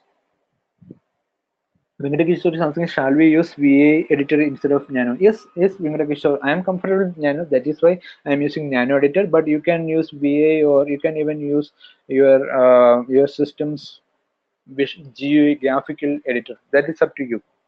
Okay. I just want to show you in the same terminal window. That is why I am using the Nano editor. Okay. Now let's execute Vagrant up now. Okay, so now what it's doing is the Vagrant app, it is importing the base box. See, it got the base box name from the Vagrant file, and it is importing the base box. It will download the base box in your machine. So once it's downloaded, it will cache the thing, and it is now trying to create your virtual machine from that particular box, that particular VM box. Okay. Now there are some questions. Fritz is asking, VirtualBox is based on CentOS. Why did you select Ubuntu?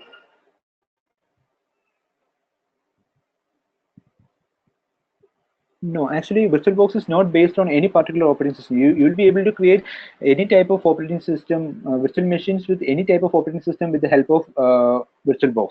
Okay. Now, Uma Shankar is asking if we have ISO file, how we need to install in Vagrant. Uma Shankar, we won't be able to use ISO file in Vagrant. For Vagrant, we'll be using VM box. That is the list of those boxes that are available. You can see in here. Okay. So Khadi is asking, Nano is used to list contents of file. Nano is an editor. Is the editor for terminal, Khadi. Okay, Vivek is asking, what do you mean when you say it's importing? So, okay, so when you execute this first, when you execute this Vagrant up first, then what it will do is it will check for a VM box named Ubuntu Trusty in your machine. If it is not there, then it will download it from this server, from their Vagrant server, and it will have a cache. It will cache it in your machine. That is what I meant by importing the base box. Okay. Now I hope I answered the question. If you have base box, you can answer. Akhil is asking if we have a base OS without GUI, we can still use Vagrant to create virtual machines. Yes, Akhil, we'll be able to create that.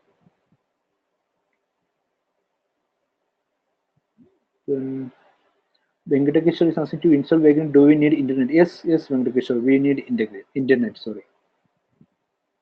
Then Khadi is asking how can we practice this in GitBash? Is it useful? Yes, Khadi. You can execute the commands that I am executing, and it should work for you.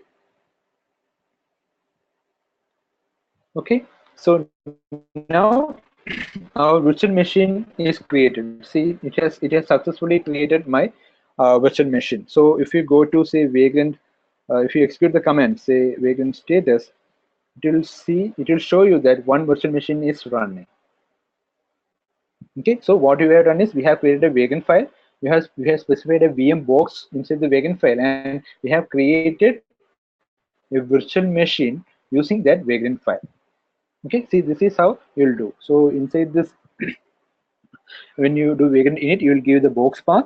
You can use Chef CentOS 6.5 or Ubuntu Trusty, whatever box path you want to use, you can use. Okay, Prashant is asking, is there any retention period for the box which is downloaded? No, Prashant, it will be there on your machine unless you delete it. Okay, so Shreyas is asking, is it necessary to be online while setting up Vagrant, or I can do it offline as well? I would suggest being online, because Vagrant will check whether the box is up to date and all with the internet. But if internet is not there, and then what it will do is it will skip the version update check, and it will proceed with the creation of the virtual machine. But if the base machine is not already cached on your local machine, then it won't work. First time, in order to download the base box, you will need internet connection. Okay, Sadish is asking, is it possible to create multiple boxes? Yes, if you use another name, then that box also will be added to your local machine. Okay. Now these are the various commands that are there with Vagrant. These are the uh, common commands that you will be using with Vagrant. Okay, so Vivek has a doubt. My doubt is, you already had a VirtualBox in your machine. Why did you install it again? Actually, I didn't install VirtualBox. I had already installed. Only thing is, you should have VirtualBox installed or VMware installed. I didn't install it again. Is it clear, Vivek? This box I'm talking about. See this box. See, this box I'm talking about is the uh, is the box used by Vagrant. It is like an ISO file. Please don't confuse it with VirtualBox. VirtualBox is a software. Don't confuse it with the base box that you are going to use for your Vagrant file. Is it clear, Vivek? Kyadi is asking, this PPT will be available. Yes, Kyadi, you'll get the PPT. Okay, now another thing that I want to show you. See, now we created when you executed this Vagrant up command. Okay, when we executed this Vagrant up command, it created a Vagrant. It created a virtual machine, right? So as you can see, it is running a virtual machine. A current machine is running in the VirtualBox. So if you go to this virtual GUI, you can see one machine is running. It was not there earlier, but now it is running because Vagrant uses this VirtualBox to create that virtual machine. So instead of using the VirtualBox GUI to create a virtual machine, what I have done is I have used Vagrant to create that virtual machine. Okay, Sunil Kumar is asking, can you explain again Basebox and VirtualBox? Okay, Vivek, I'm glad that it is clear to you now. So, see, Sunil, the thing is, see, VirtualBox is a software. Don't confuse it with the VirtualBox and Basebox. See, VirtualBox is a software. It is Oracle VM VirtualBox Manager. So, it is a software provided by Oracle. It is a virtualization tool. Okay, so when you have when you are to create a new virtual machine inside VirtualBox, you will need one ISO file. So when you are creating a virtual machine using Vagrant file, you will need Basebox. So that Basebox will determine what is the operating system of that virtual machine. Okay, is it clear, Sunil Kumar?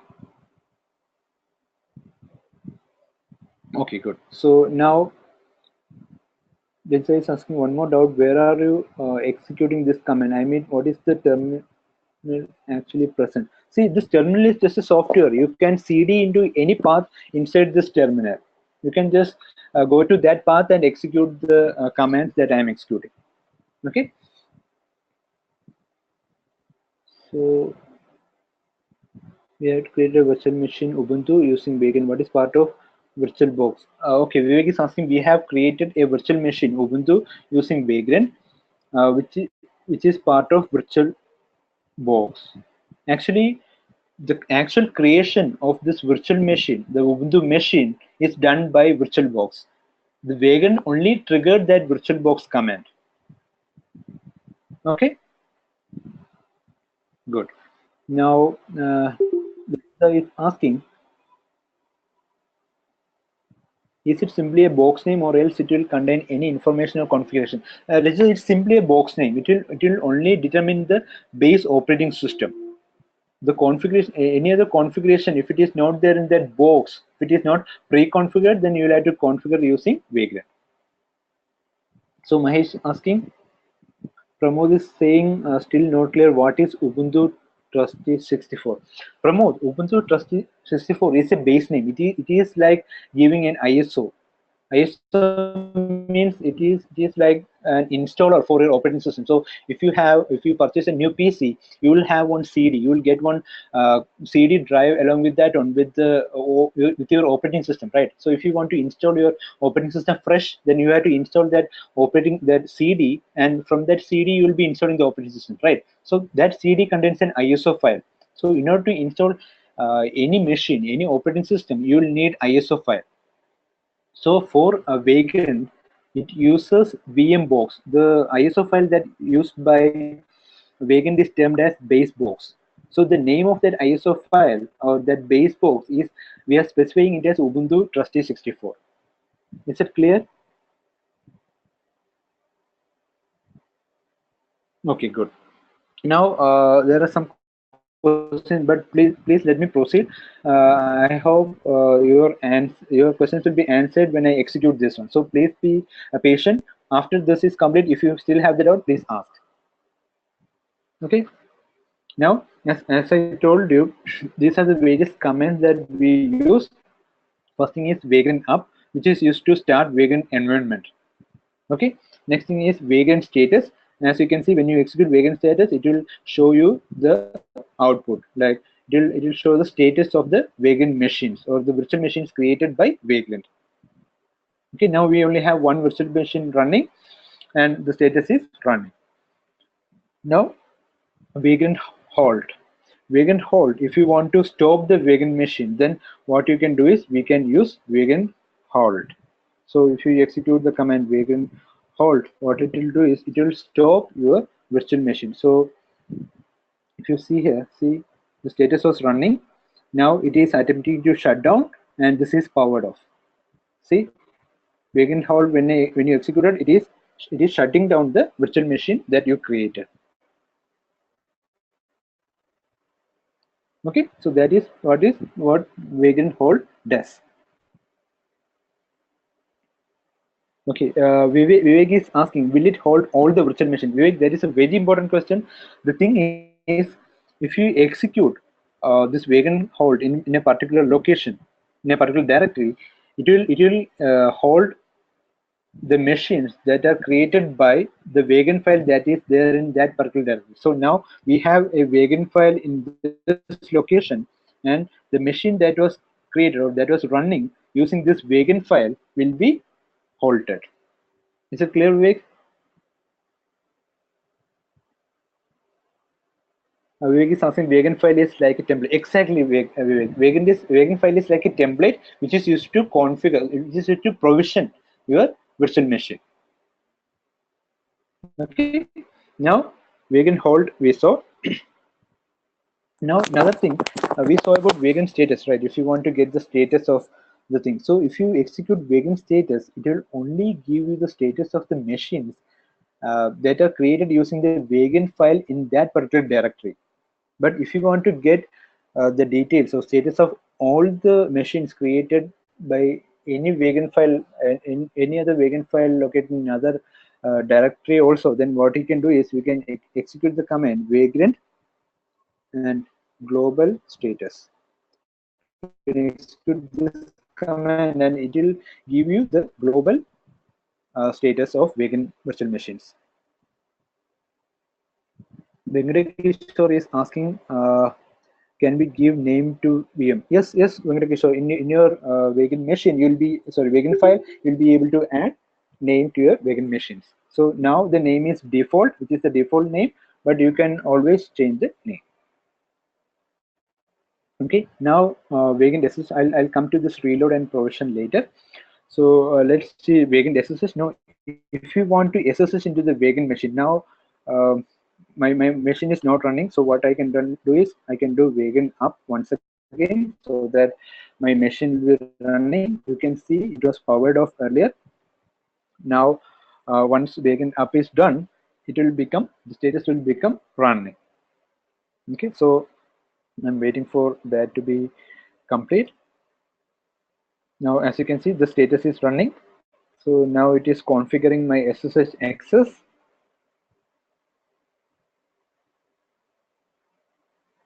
So my Vagrant is coming up. Okay, so now the Vagrant is ready. The virtual machine is ready now. So if you want to SSH, what you can do is you can execute the command Vagrant SSH. What it will do is it will automatically SSH you into the virtual machine created by the Vagrant file that is there in this particular location.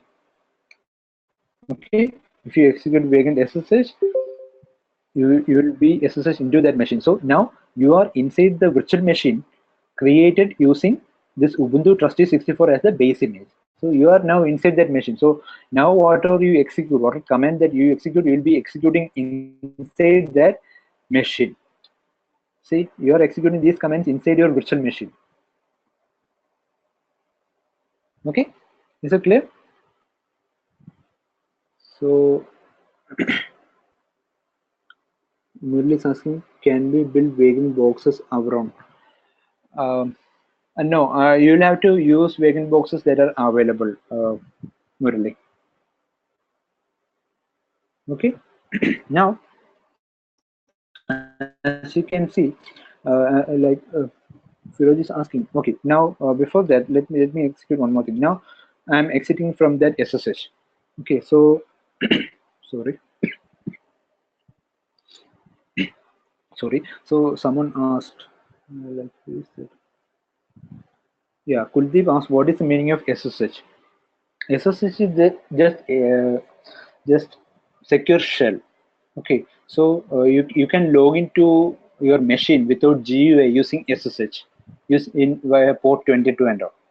Okay, so just understand, like that is like if you want to execute some commands inside your virtual machine, then you will have to first SSH into that machine. Okay, so Virendra is asking, Virendra, I think okay, Virendra is asking, can't we configure, sorry, let me take the question, can't we configure this Vagrant VM as per or not? Yes, Virendra, we can configure that. We'll be seeing in the upcoming session. So please be patient. Okay. Khadi, yes, this video will be available after the session. Okay, so now let's proceed. This is one way of SSH. Like now, if you have multiple, now we have multiple virtual machines available running, and you want to SSH into a particular machine, then what you can do is you can get this ID using this global status. You can get this ID, and what you can do is you can do Vagrant SSH followed by that ID. Then you will be SSHing into that particular virtual machine.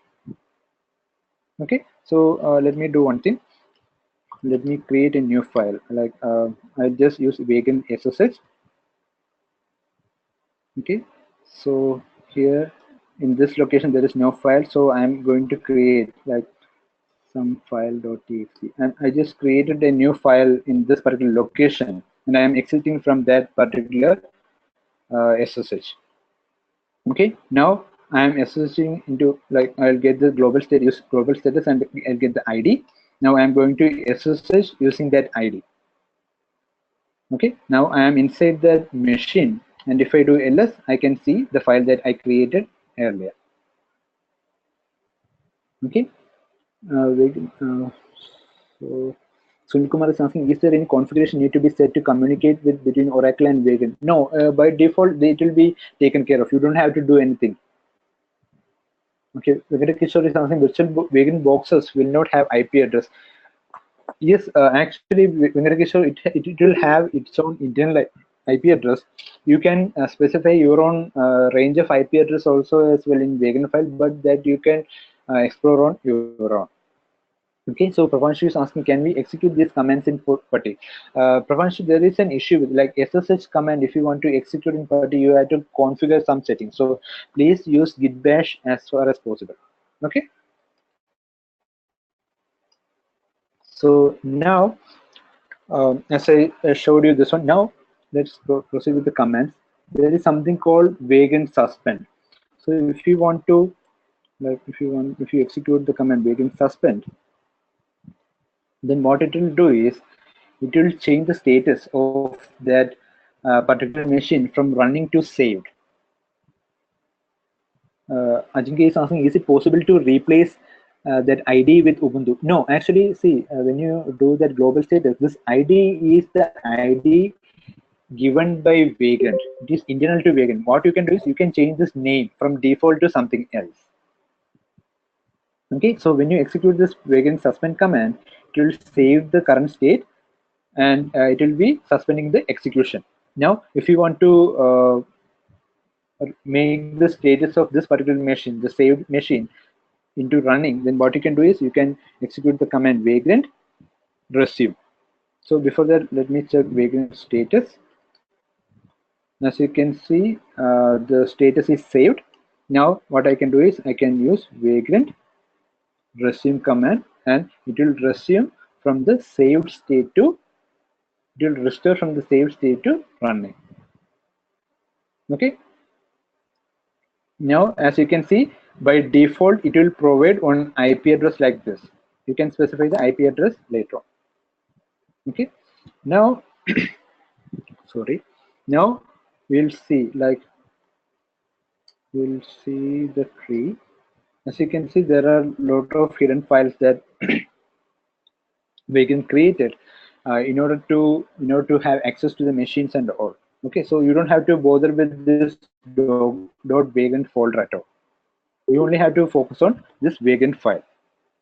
Okay, now next command is, sorry, next command we'll see Vagrant destroy. So this will stop and delete all the traces of the Vagrant machine. So Akhil is saying, can you once again tell difference between Vagrant status and Vagrant global status?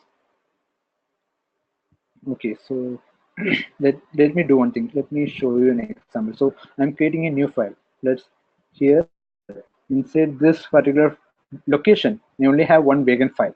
Now I'm creating a new directory in this location saying say test dir. Okay, so I have a directory and a Vagrant file in this location. Now inside I'm entering into this new directory, and there I'm going to create a new Vagrant, like create a new Vagrant file. For that I'll be using this Vagrant init Ubuntu Trust 64. So I have created another Vagrant file inside my test dir, inside this folder, and I'll execute Vagrant up inside that particular folder. Okay, so now what I have done is I have created a new folder. I have entered inside that folder, and I created a new Vagrant file inside that folder. Okay, so now it is springing up a new virtual machine. If you go to this one, see, it is creating a new machine. Okay, so now we have two virtual machines running. Okay, so the second is running, so it is provisioning the SSH access now. So once it's ready, what we'll do is we'll execute the Vagrant status command, so that you will understand the difference between Vagrant status and global status.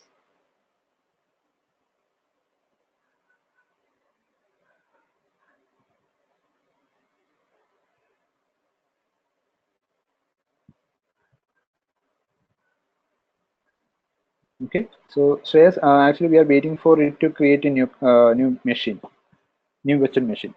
Okay, so now our virtual machine is ready. So we have two virtual machines running at the moment. we have created two virtual machines from two different Vagrant files. This guy is asking, can we create multiple boxes with same name? No, we can't create multiple boxes with same name, but we can create multiple boxes from the same VM box. Okay, so please don't confuse the name of the virtual machine with the VM box. VM box is just the base box. Okay, so now this is coming up. So we will wait for it to come up.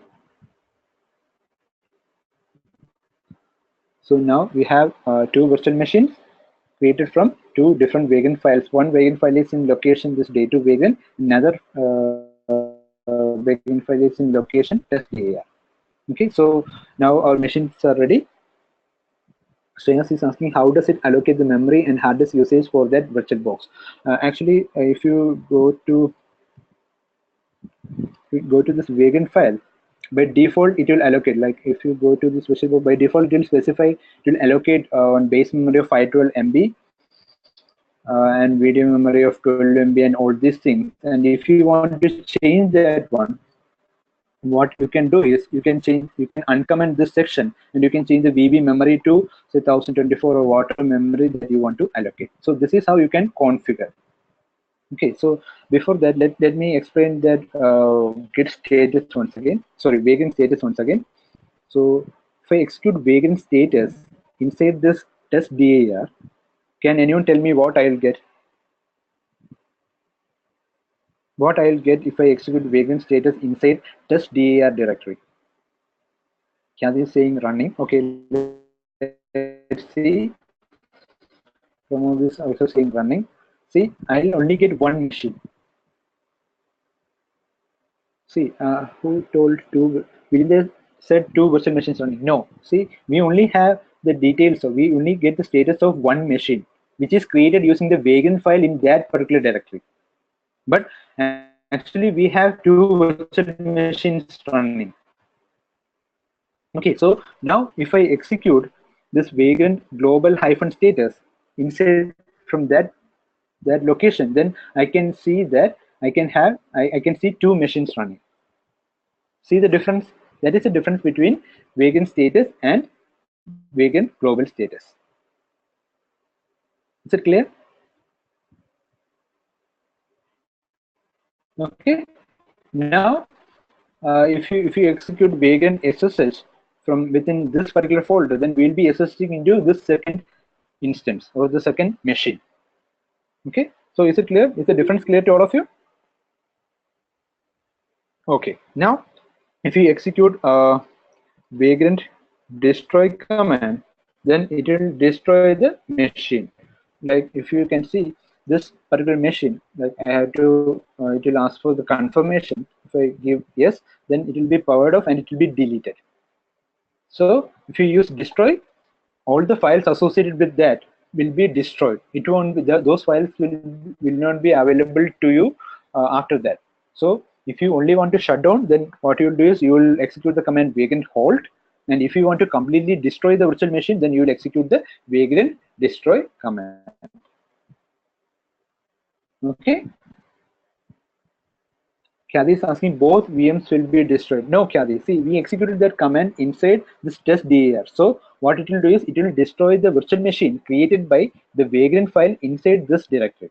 So now if I execute Vagrant global status, I can see only one virtual machine running, and it is in the other folder, in the other directory, not in this directory. Okay, asking can we SSH from one Vagrant to another? By default, you can't because see, you don't need to do that. As DevOps professional, you will have one machine and you will be using one machine to control other machines.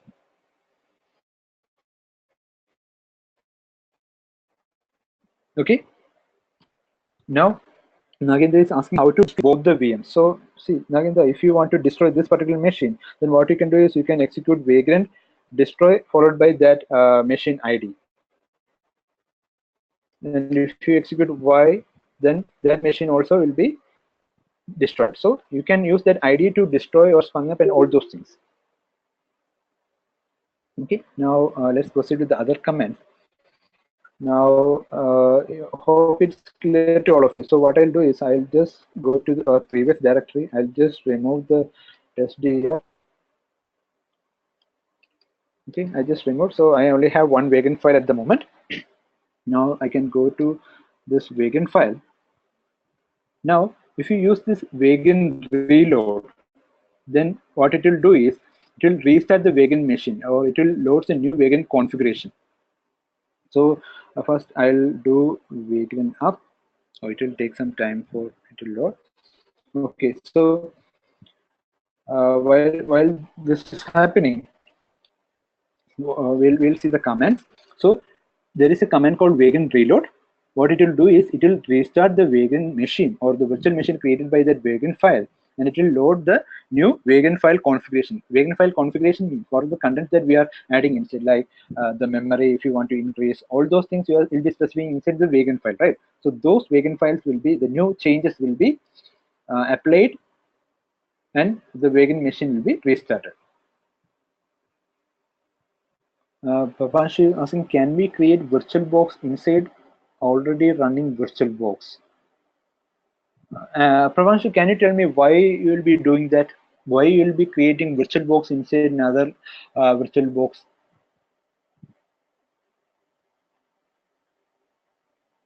See, that's just adding complexity to the thing, right? See, as DevOps professional, you have to keep everything as simple as possible. So the use of virtualization is to have separate systems, separate independent systems, and have full control over it. So you won't be using that. You won't be doing that. Okay, but if you want to do that, then what you have to do is you have to create a new machine, new virtual machine. Then inside that you have to install VirtualBox. Then inside that you have to create new machine. It will definitely impact the performance, and it is not a best practice to do. So please, as DevOps professionals, please don't do that at all. Okay. Now there is another command called Wagon provision. It will force reprovisioning of the Wagon machine. So it will only execute the provision section. That is similar to executing Wagon reload minus minus provision. So this Wagon reload minus minus provision and Wagon provision is similar in the sense that it is used to force execute that particular section, force reload that particular section. Okay, we'll see how that is done in a moment. Okay, so our virtual machine is running, so we can use Wagon status that it's running. Okay, now we saw one way to SSH, like using Wagon SSH, you can SSH into that particular Wagon machine.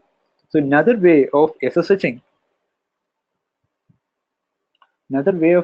like let me create a new file, like text file.txt. Okay, so I create a new file. I'm existing from my SSH. So I have that is one way of SSHing into the machine. Another way is to I'll show you the screen. So another way of SSHing is using the port. Okay, so before that, if you want to see the ports that are mapped with the current machine, what you can do is you can execute the command vagrant port. It will show you what are the ports that are mapped for that particular vagrant machine or that particular virtual machine. Okay, so now you can see the port 22 of this guest is mapped to port 2222 of host. So now if you want to SSH from your host machine to this machine, what you can do is you can do SSH minus P followed by the host port IP port number, which is 2222, followed by the vagrant, which is the username at the rate IP address, which is 127.0.0.1. Okay, so here when you create this vagrant file in this one, you can see it is creating it is creating a port forwarding from 22 to 2222. Then this is the SSH address. So this is the IP address that you have to use, and this is the port IP that you have to use. And it will also show the username as vagrant. So In order to SSH, this is what we'll do: SSH minus P followed by the port number, followed by the username, followed by the IP address. Okay, so if I SSH, okay, this is because I have already SSHed in. So what you can do is I'll nano that, and here I'll look for 27.0.0. So I'll just remove this line. Okay, now I'll SSH minus P this one. It will ask for authentication, and now it is SSHing into this particular machine. Now if you do ls, you can see that it is the same machine we have SSHed into. Pramod is asking, why are we doing this? Pramod, this is a different way of SSHing. Instead of using Vagrant SSH, you can directly SSH into that machine as well. Okay, so Virendra is asking, how can we add network card or hard disk to this Vagrant VM? So that thing you can do with the help of Vagrant file. So those are complex things which you will have to try on your own. I'll just show you the basics. Okay, now let's proceed. One more thing we have to see. There is another command called vagrant-ssh config, and if you execute this one, it will show you the configurations of that particular virtual machine. You can get the host name, you can get the username, you can get the port, and you can get the private key that is used, and all those things. Okay, now there is one more way to SSH. Another way to SSH into your machine is to use the key or use the private key.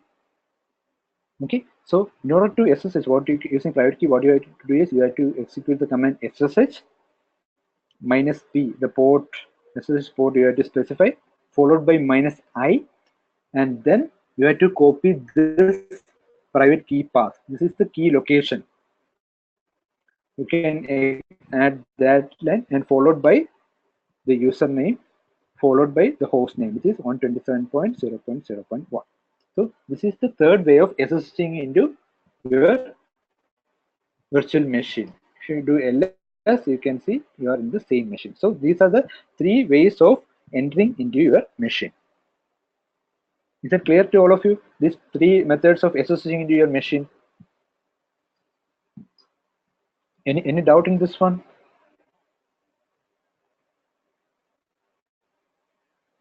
Okay, good. So now, as I told you, we'll have to have VM boxes available for you to create the virtual machines, right? So if you want to get a list of available boxes that are there in your machine, what you can do is you can execute the command vagrant box list.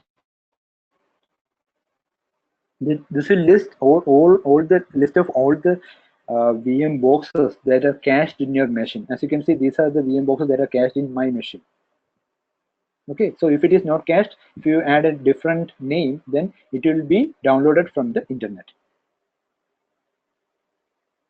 Okay, Kathy is asking which one is used out of these three SSH methods. Kathy, actually it will depend. Like based on your scenario, you will be using different types of SSH. So if you have normally you won't be using Vagrant SSH because you may not have Vagrant access. So you'll be mostly using SSH with the private key if you can transfer the private key. Okay, so Vivek is asking, can we take 5 minutes break? Vivek, we'll be winding up the session in 10 minutes time, so there is no need for additional break.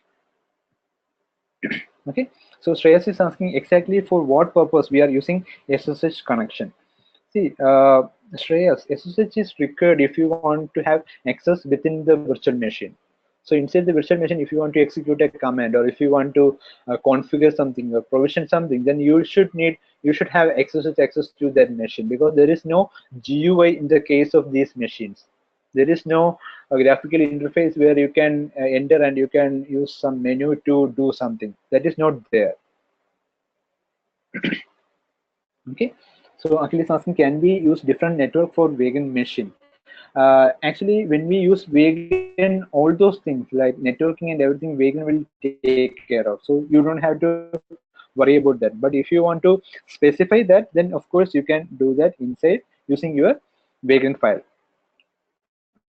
I'll show that. But before that, if you want to add a new box, you can add like Vagrant box add. Using this command you can add, and if you want to remove a particular box, then you can do it like this. Then if you want to update a box also, you can execute these commands. Okay, now next thing what we are going to do is we are going to install something in this one. So I'll do Vagrant SSH, and SSH inside my machine. Let's check whether any particular web server is installed. So there is no web server installed. Sunil Kumar is asking, show some practicals for VMbox, please. Yes, Sunil Kumar, that is what we are seeing. So we are trying to install a web server in our virtual machine. Okay, so as you can see, web server is not installed. So what you can do is first you can update sudo apt get update. This is updating the repository. Now, next thing what we'll be doing is we'll be installing Apache 2 web server in our virtual machine. Okay, so we'll wait for this to be complete.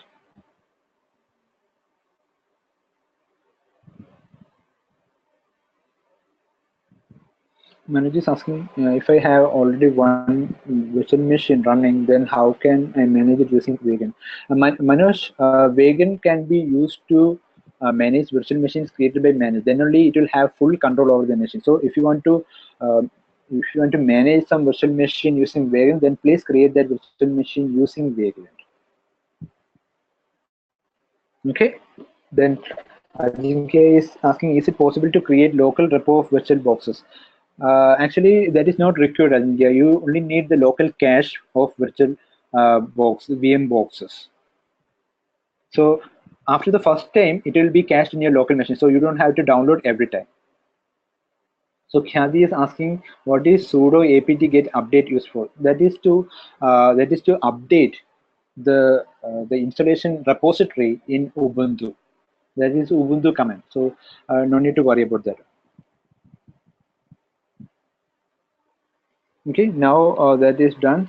We'll execute sudo apt get install -y Apache 2. Here we are installing the Apache 2 web server or Apache web server.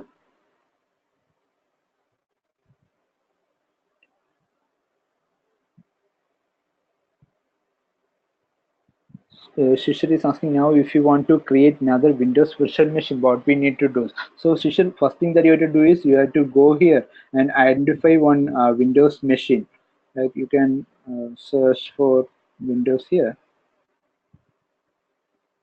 and you can identify one Windows machine that you want to give, and you can create a new Vagrant file with that Windows machine name, VMbox name, and you should be able, if you do Vagrant up, then you will have one Windows machine ready. Okay. Now SSH is ready. So if you do curl localhost now, you can see one web page getting browsed or web page getting served. So that web page is there in the location ls-l var www.html. So in this location, this index.html will be the one that is served by Apache 2 web server. Okay, now let's just do one thing. I'll exit from, or I'll be entering this is the same location. Okay, this is the same location, and if I do curl localhost from my host machine, what will I get? I'm getting connection refused message. That is because now, even though web server is there inside your virtual machine, it is not mapped with the local machine. So we'll see how to do that. Okay, so I'll go back to my this one. I'll exit from the SSH. I'll be editing the Vagrant file. Khadi is asking why we are doing this, because see, these virtual machines we'll be creating using Vagrant, we'll be using to test something, right? So if you want to test something, then you should be able to access that particular thing from outside that virtual Vagrant, or from your host machine. You should be able to browse that on, basically like web server, like website and all. If you want to test, then you should be able to browse from your local machine, right? That is what we are, that is why we are doing this one. So in this one, if you go to this config this VM network, you can see this guest forward porting and all forwarded port. So here you can uncomment this line, and what you can do is you can make sure that the guest port of 80 is forwarded to some other port number. You can use 8080 also. I'll use 8200.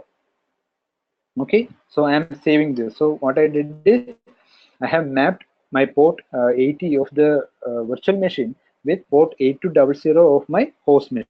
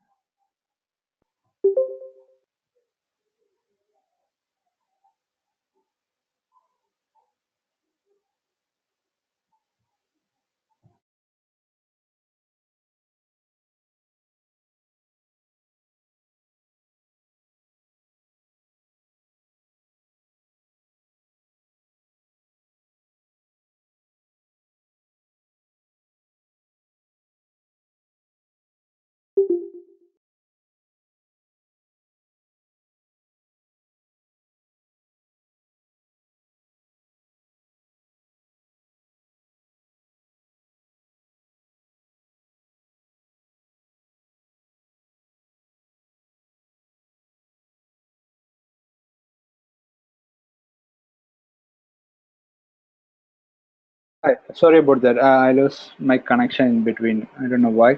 So can all of you hear me and see my screen? Okay, good.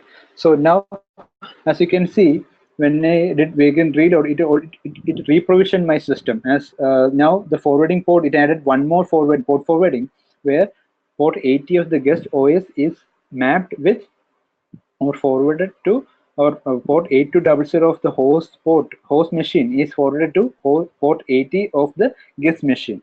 Okay, now we have two port forwarding. Now let's execute the command, this one. Let's execute this once again, called localhost. And here, if you give say 8200, then you'll be able to get that particular website or web page being served from your virtual machine from outside the thing. So if I go to my browser, and if I execute localhost 8000, see, this is coming from your virtual machine. Now the web server from your virtual machine is serving this page, and from your local machine you are able to browse that particular web page. Okay, to show that, I'll go to Vagrant SSH. Ajinkya is asking. So Rashmi is saying, can you please repeat the reload? Rashmi, what we did is in our Vagrant file, like inside our Vagrant file, we have uncommented this line and we have added the port mapping for port forwarding to guest port 80 and host port 8200. And after saving the thing, we did vagrant reload. As you, if you remember, if you remember, see, vagrant reload, if you execute, it will restart the vagrant machine and it will load the new vagrant configuration, vagrant file configuration. So whatever changes that you made to the vagrant file, it will be reloaded. Okay. Okay. Now, as I was saying, I am inside my vagrant machine. Now let's change that content of that particular file. So www.html index.html. I am editing this particular file. Okay. So here you can see it's Apache to Ubuntu default page. Now what I am going to do is I am going to change this Apache to API default page. I am changing this. Okay. Now I saved this. Okay. You have to use sudo. So okay, let's use sudo to edit the thing. Okay, so this is not the place that heading is coming from. Okay, so see, this is the heading. Okay, Apache to Ubuntu default page. Okay, so here instead of Ubuntu, what I'll do is I'll use API. Okay,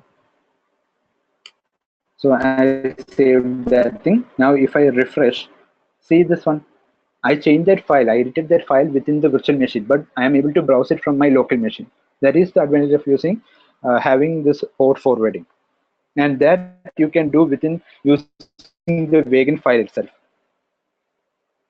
Okay, Pramod is asking how to access web page from internet. So Pramod, if you want to access web page from internet, then you should have an IP which is browsable from from outside the internet connection, and that should be linked to this. So that is not the use of Vagrant. So Vagrant you are using to for local machine for testing purpose.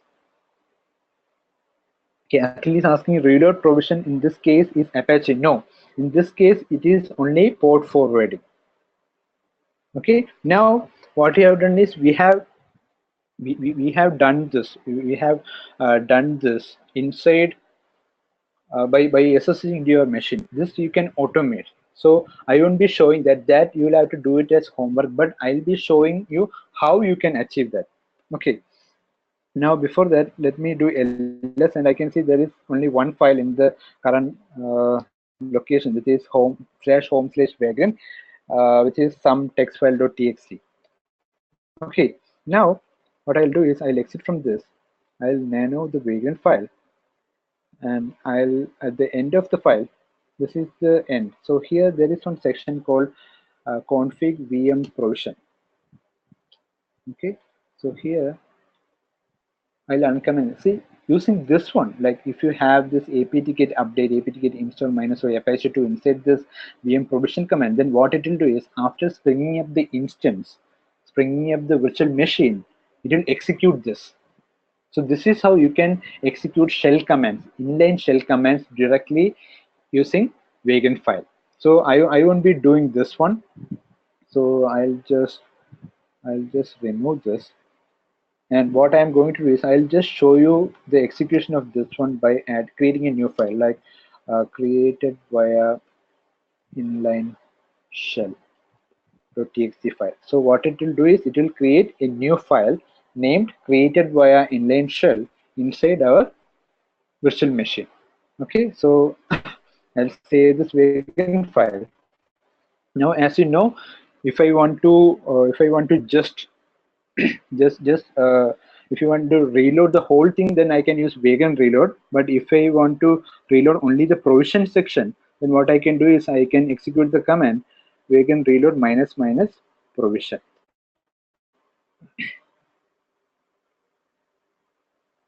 Now it will reload the thing.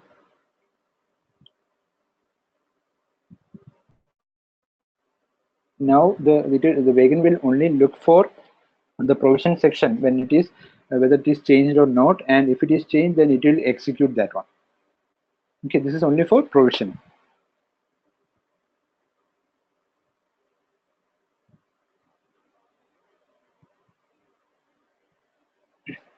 So Pramod is asking, provision means only config files will get reloaded. No, see this one, running provisioner shell inline script. So see what this means. The provision means if you specify provision, what it will do is, now see this one, config.vm.provision. This is the section name. See this provision. This is the section name. So if you specify reload provision, then it will only reload this particular section. Is it clear, Pramod? Okay. Now I'll SSH into my machine. If I do ls, you can see this new file is created. So what I have done is I have automated the creation of this file using the provision section in my Vagrant file. So Smriti wants me to repeat the provision section. Okay, now so in this in this Vagrant file, at the end you have one section like config.vm.provision. This is the provision section. Okay, so here you can execute shell scripts. You can execute shell commands directly. That is called inline shell. Okay, so here we have created one file. We have executed added the command to create a file called created via inline shell. Okay, so what I'll do is I'm going to create a new file. Okay, so second file created. Okay, so what I did is I changed the provision section of my Vagrant file. Okay, and I saved that Vagrant file. Now if I want to reload this particular virtual machine to execute this provision, there are two ways of doing that. First one is Vagrant reload minus minus provision, or what you can do is you can execute Vagrant and provision, Vagrant followed by provision. That is what we saw in here. See, Vagrant provision, if you use it will force reprovisioning, or you can use Vagrant reload minus minus provision. Okay, so now I'll execute Vagrant provision. Now it won't be in the case of Vagrant reload minus minus provision, it will shut down the system and then only reload that provision section.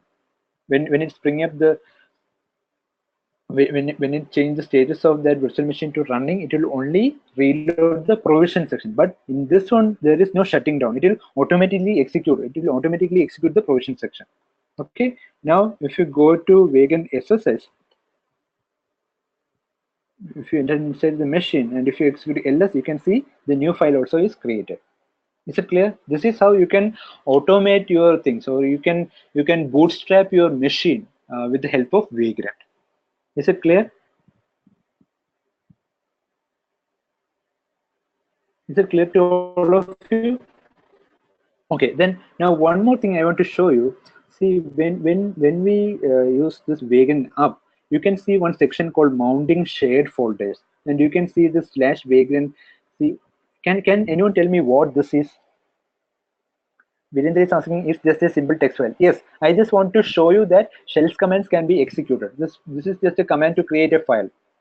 Just an empty file it will create. Okay, so can anyone tell me what is this one? Mahesh is saying it's current working directory. No, actually, what it does is, if you use df inside your virtual machine, you can see one box. You can see one drive mounted. Feroz is saying shared between guest and host. Exactly, Feroz. Akhil is asking mounting the disk. Exactly. So now you can see on /Vagrant folder is mounted. So now if I execute, if I ls this particular folder, then I can see one Vagrant file. Actually, that Vagrant file is my local machine. See, I have one Vagrant file here. That is the file that is shared this one. So this particular folder in my local machine is mounted as a drive inside our virtual machine, so that you can share your resources or you can share the files. Okay, now let's create a new file here. That's created in a local machine. Okay, I am creating one file. This is my local machine. If I execute ls, I can see one Vagrant file and another file inside my directory. Okay, now if I execute ls, this one inside my terminal, inside my virtual machine, I can see the new file I created this here. So this particular folder is mounted as a shared drive now. So you can share files across devices, across your virtual machine and your host machine using this one. Okay, is asking, is it NFS share? It is you don't have to specify anything. By default it will be there, but I think Vagrant uses NFS sharing. Okay, now similarly, if I create a new file, sorry, create a new file called, say, created in, say, virtual machine.txt. Okay, I'm creating a file called created in virtual machine inside the /Vagrant folder. Okay, now if I ls /Vagrant folder, I can see 3 files here. Now if I ls from my local machine, I can see the third file also is there, visible from my local machine. Okay, Khadi is asking why is it done. So can anyone answer Khadi's question? Can anyone tell me why Vagrant has done this mapping? What is the purpose of having a mapped folder? Can anyone tell me? Venkatakishore is saying for file sharing. Okay, anyone else? Satyanarayan also is saying share the file. Exactly, Khadi. So see now to why we use this file sharing is that, like, when you are developing a website, let's say you are a developer and you are developing a website. Okay, and you have one folder, like your website you are coding in your local machine. You have your own say interface which you use to code editors or editors that you use to make the code. Okay, so if you map that folder inside your virtual machine, then you don't have to copy the file separately. What you can just edit the file in your local machine, and all the changes will be there will be reflected simultaneously inside the virtual machine. Is it clear? Is it clear, Khadi? The use of mounting sharing the folder. Okay, good.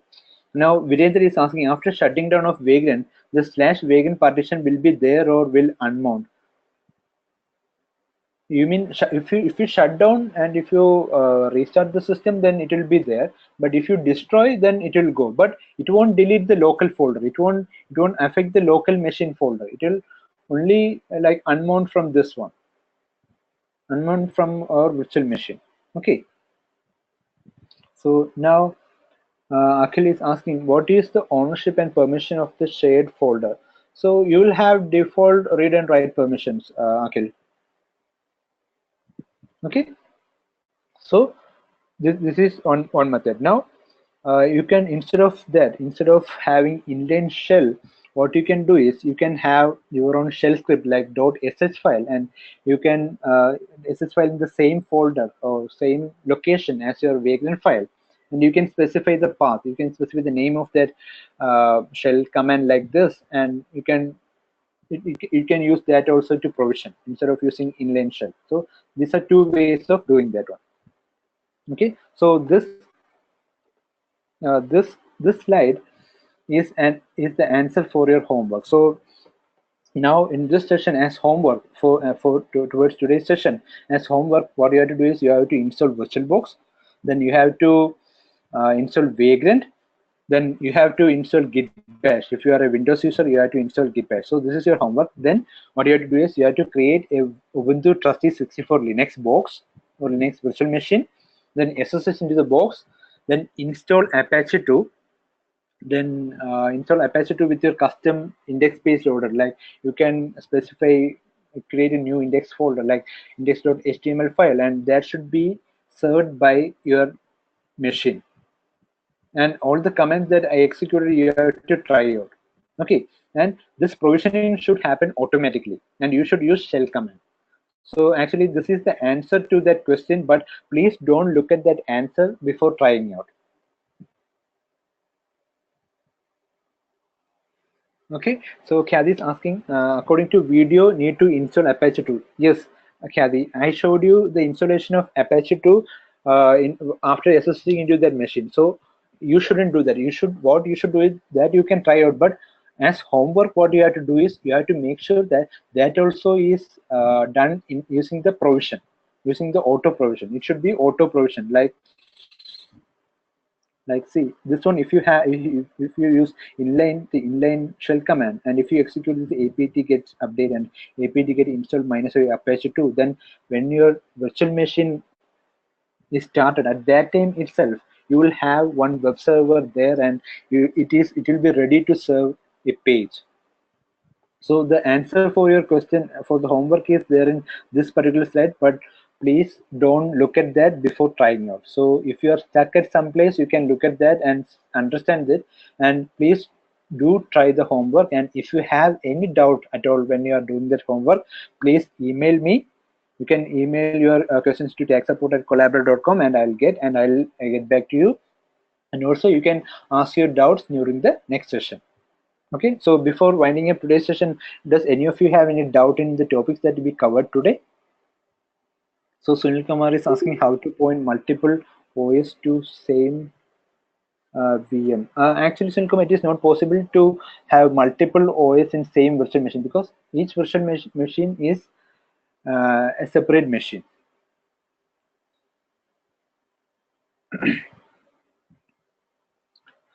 Okay, so Pramod is asking, if you provision apt get update, it will install for every reload. Yeah, that is a very good question. Actually, it will execute that command, or if you do reload, if there is only change, then only it will be executed. Otherwise, it won't be executed. But anyway, these commands like apache 2, if it is already installed, then you will automatically get the message saying that it is already installed. So that is not an issue. Now, Akhil is asking, does Vagrant takes too much load? I mean, if you set up a virtual machine with 3 GB RAM. Yes, actually, Vagrant machine, if it is one or two machines with a 3 GB RAM, it should be okay. But if it is like n number of instances, then or machines, then it will be adding load to your machine. And also make sure that when you are running Vagrant and all, try to close other application which is taking too much of your memory, so that you can free up space. Okay, Khadi is asking, when can we ask doubt? Khadi, you can always email your doubts to this mail, or you can ask your doubts during the next session. Before we start the next session, or at the beginning of every session, I'll ask for, you can ask your doubts related to the previous session. Okay, now Ajinkya is asking, okay, there are a lot of messages coming. Let me try to answer one by one. Ajinkya is asking, isn't it necessary? Isn't it? Okay, isn't it necessary to have a default port on Ubuntu? Uh, no. By default, those ports will be available. Like when you installed when you install Apache 2, it will by default use port 80 and all. So you don't have to worry about that. But if you want to change the default port, then of course you will have to use UFW, that port forwarding and port change thing. Okay, Wi-Fi is asking, I have Windows 10 PC. Then would I be able to do this practically? Yes, yes, Wi-Fi, you'd be able to do this. Only thing is you have to install VirtualBox and Vagrant in Windows machine, and you have to install Git Bash. Okay.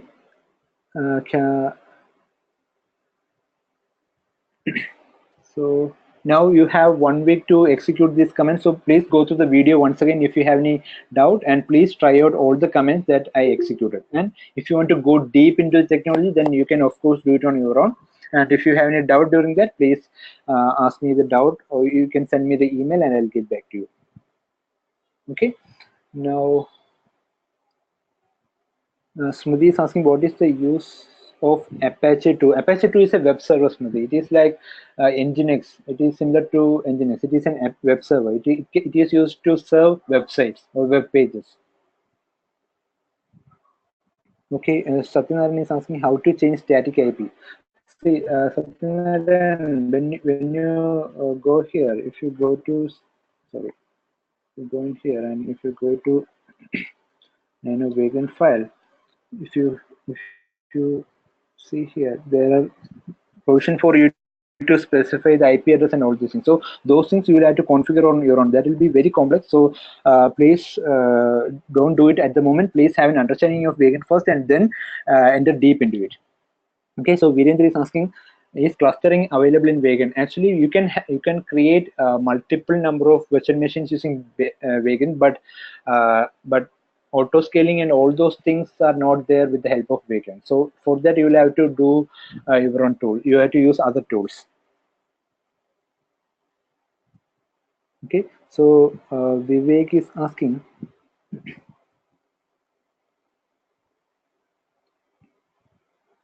can you please be login before the start of next session 10 minutes before, please? Vivek, let me see whether I can log in before that. But anyway, we'll spend the initial half so that others also can understand or learn from your doubts. Because if you start earlier, then others are not there. Then if they have the same doubt, then they have to ask again. So I would suggest doing this at the beginning of the session. Okay. Now, any specific subject line for emailing questions to you? No, you can just specify.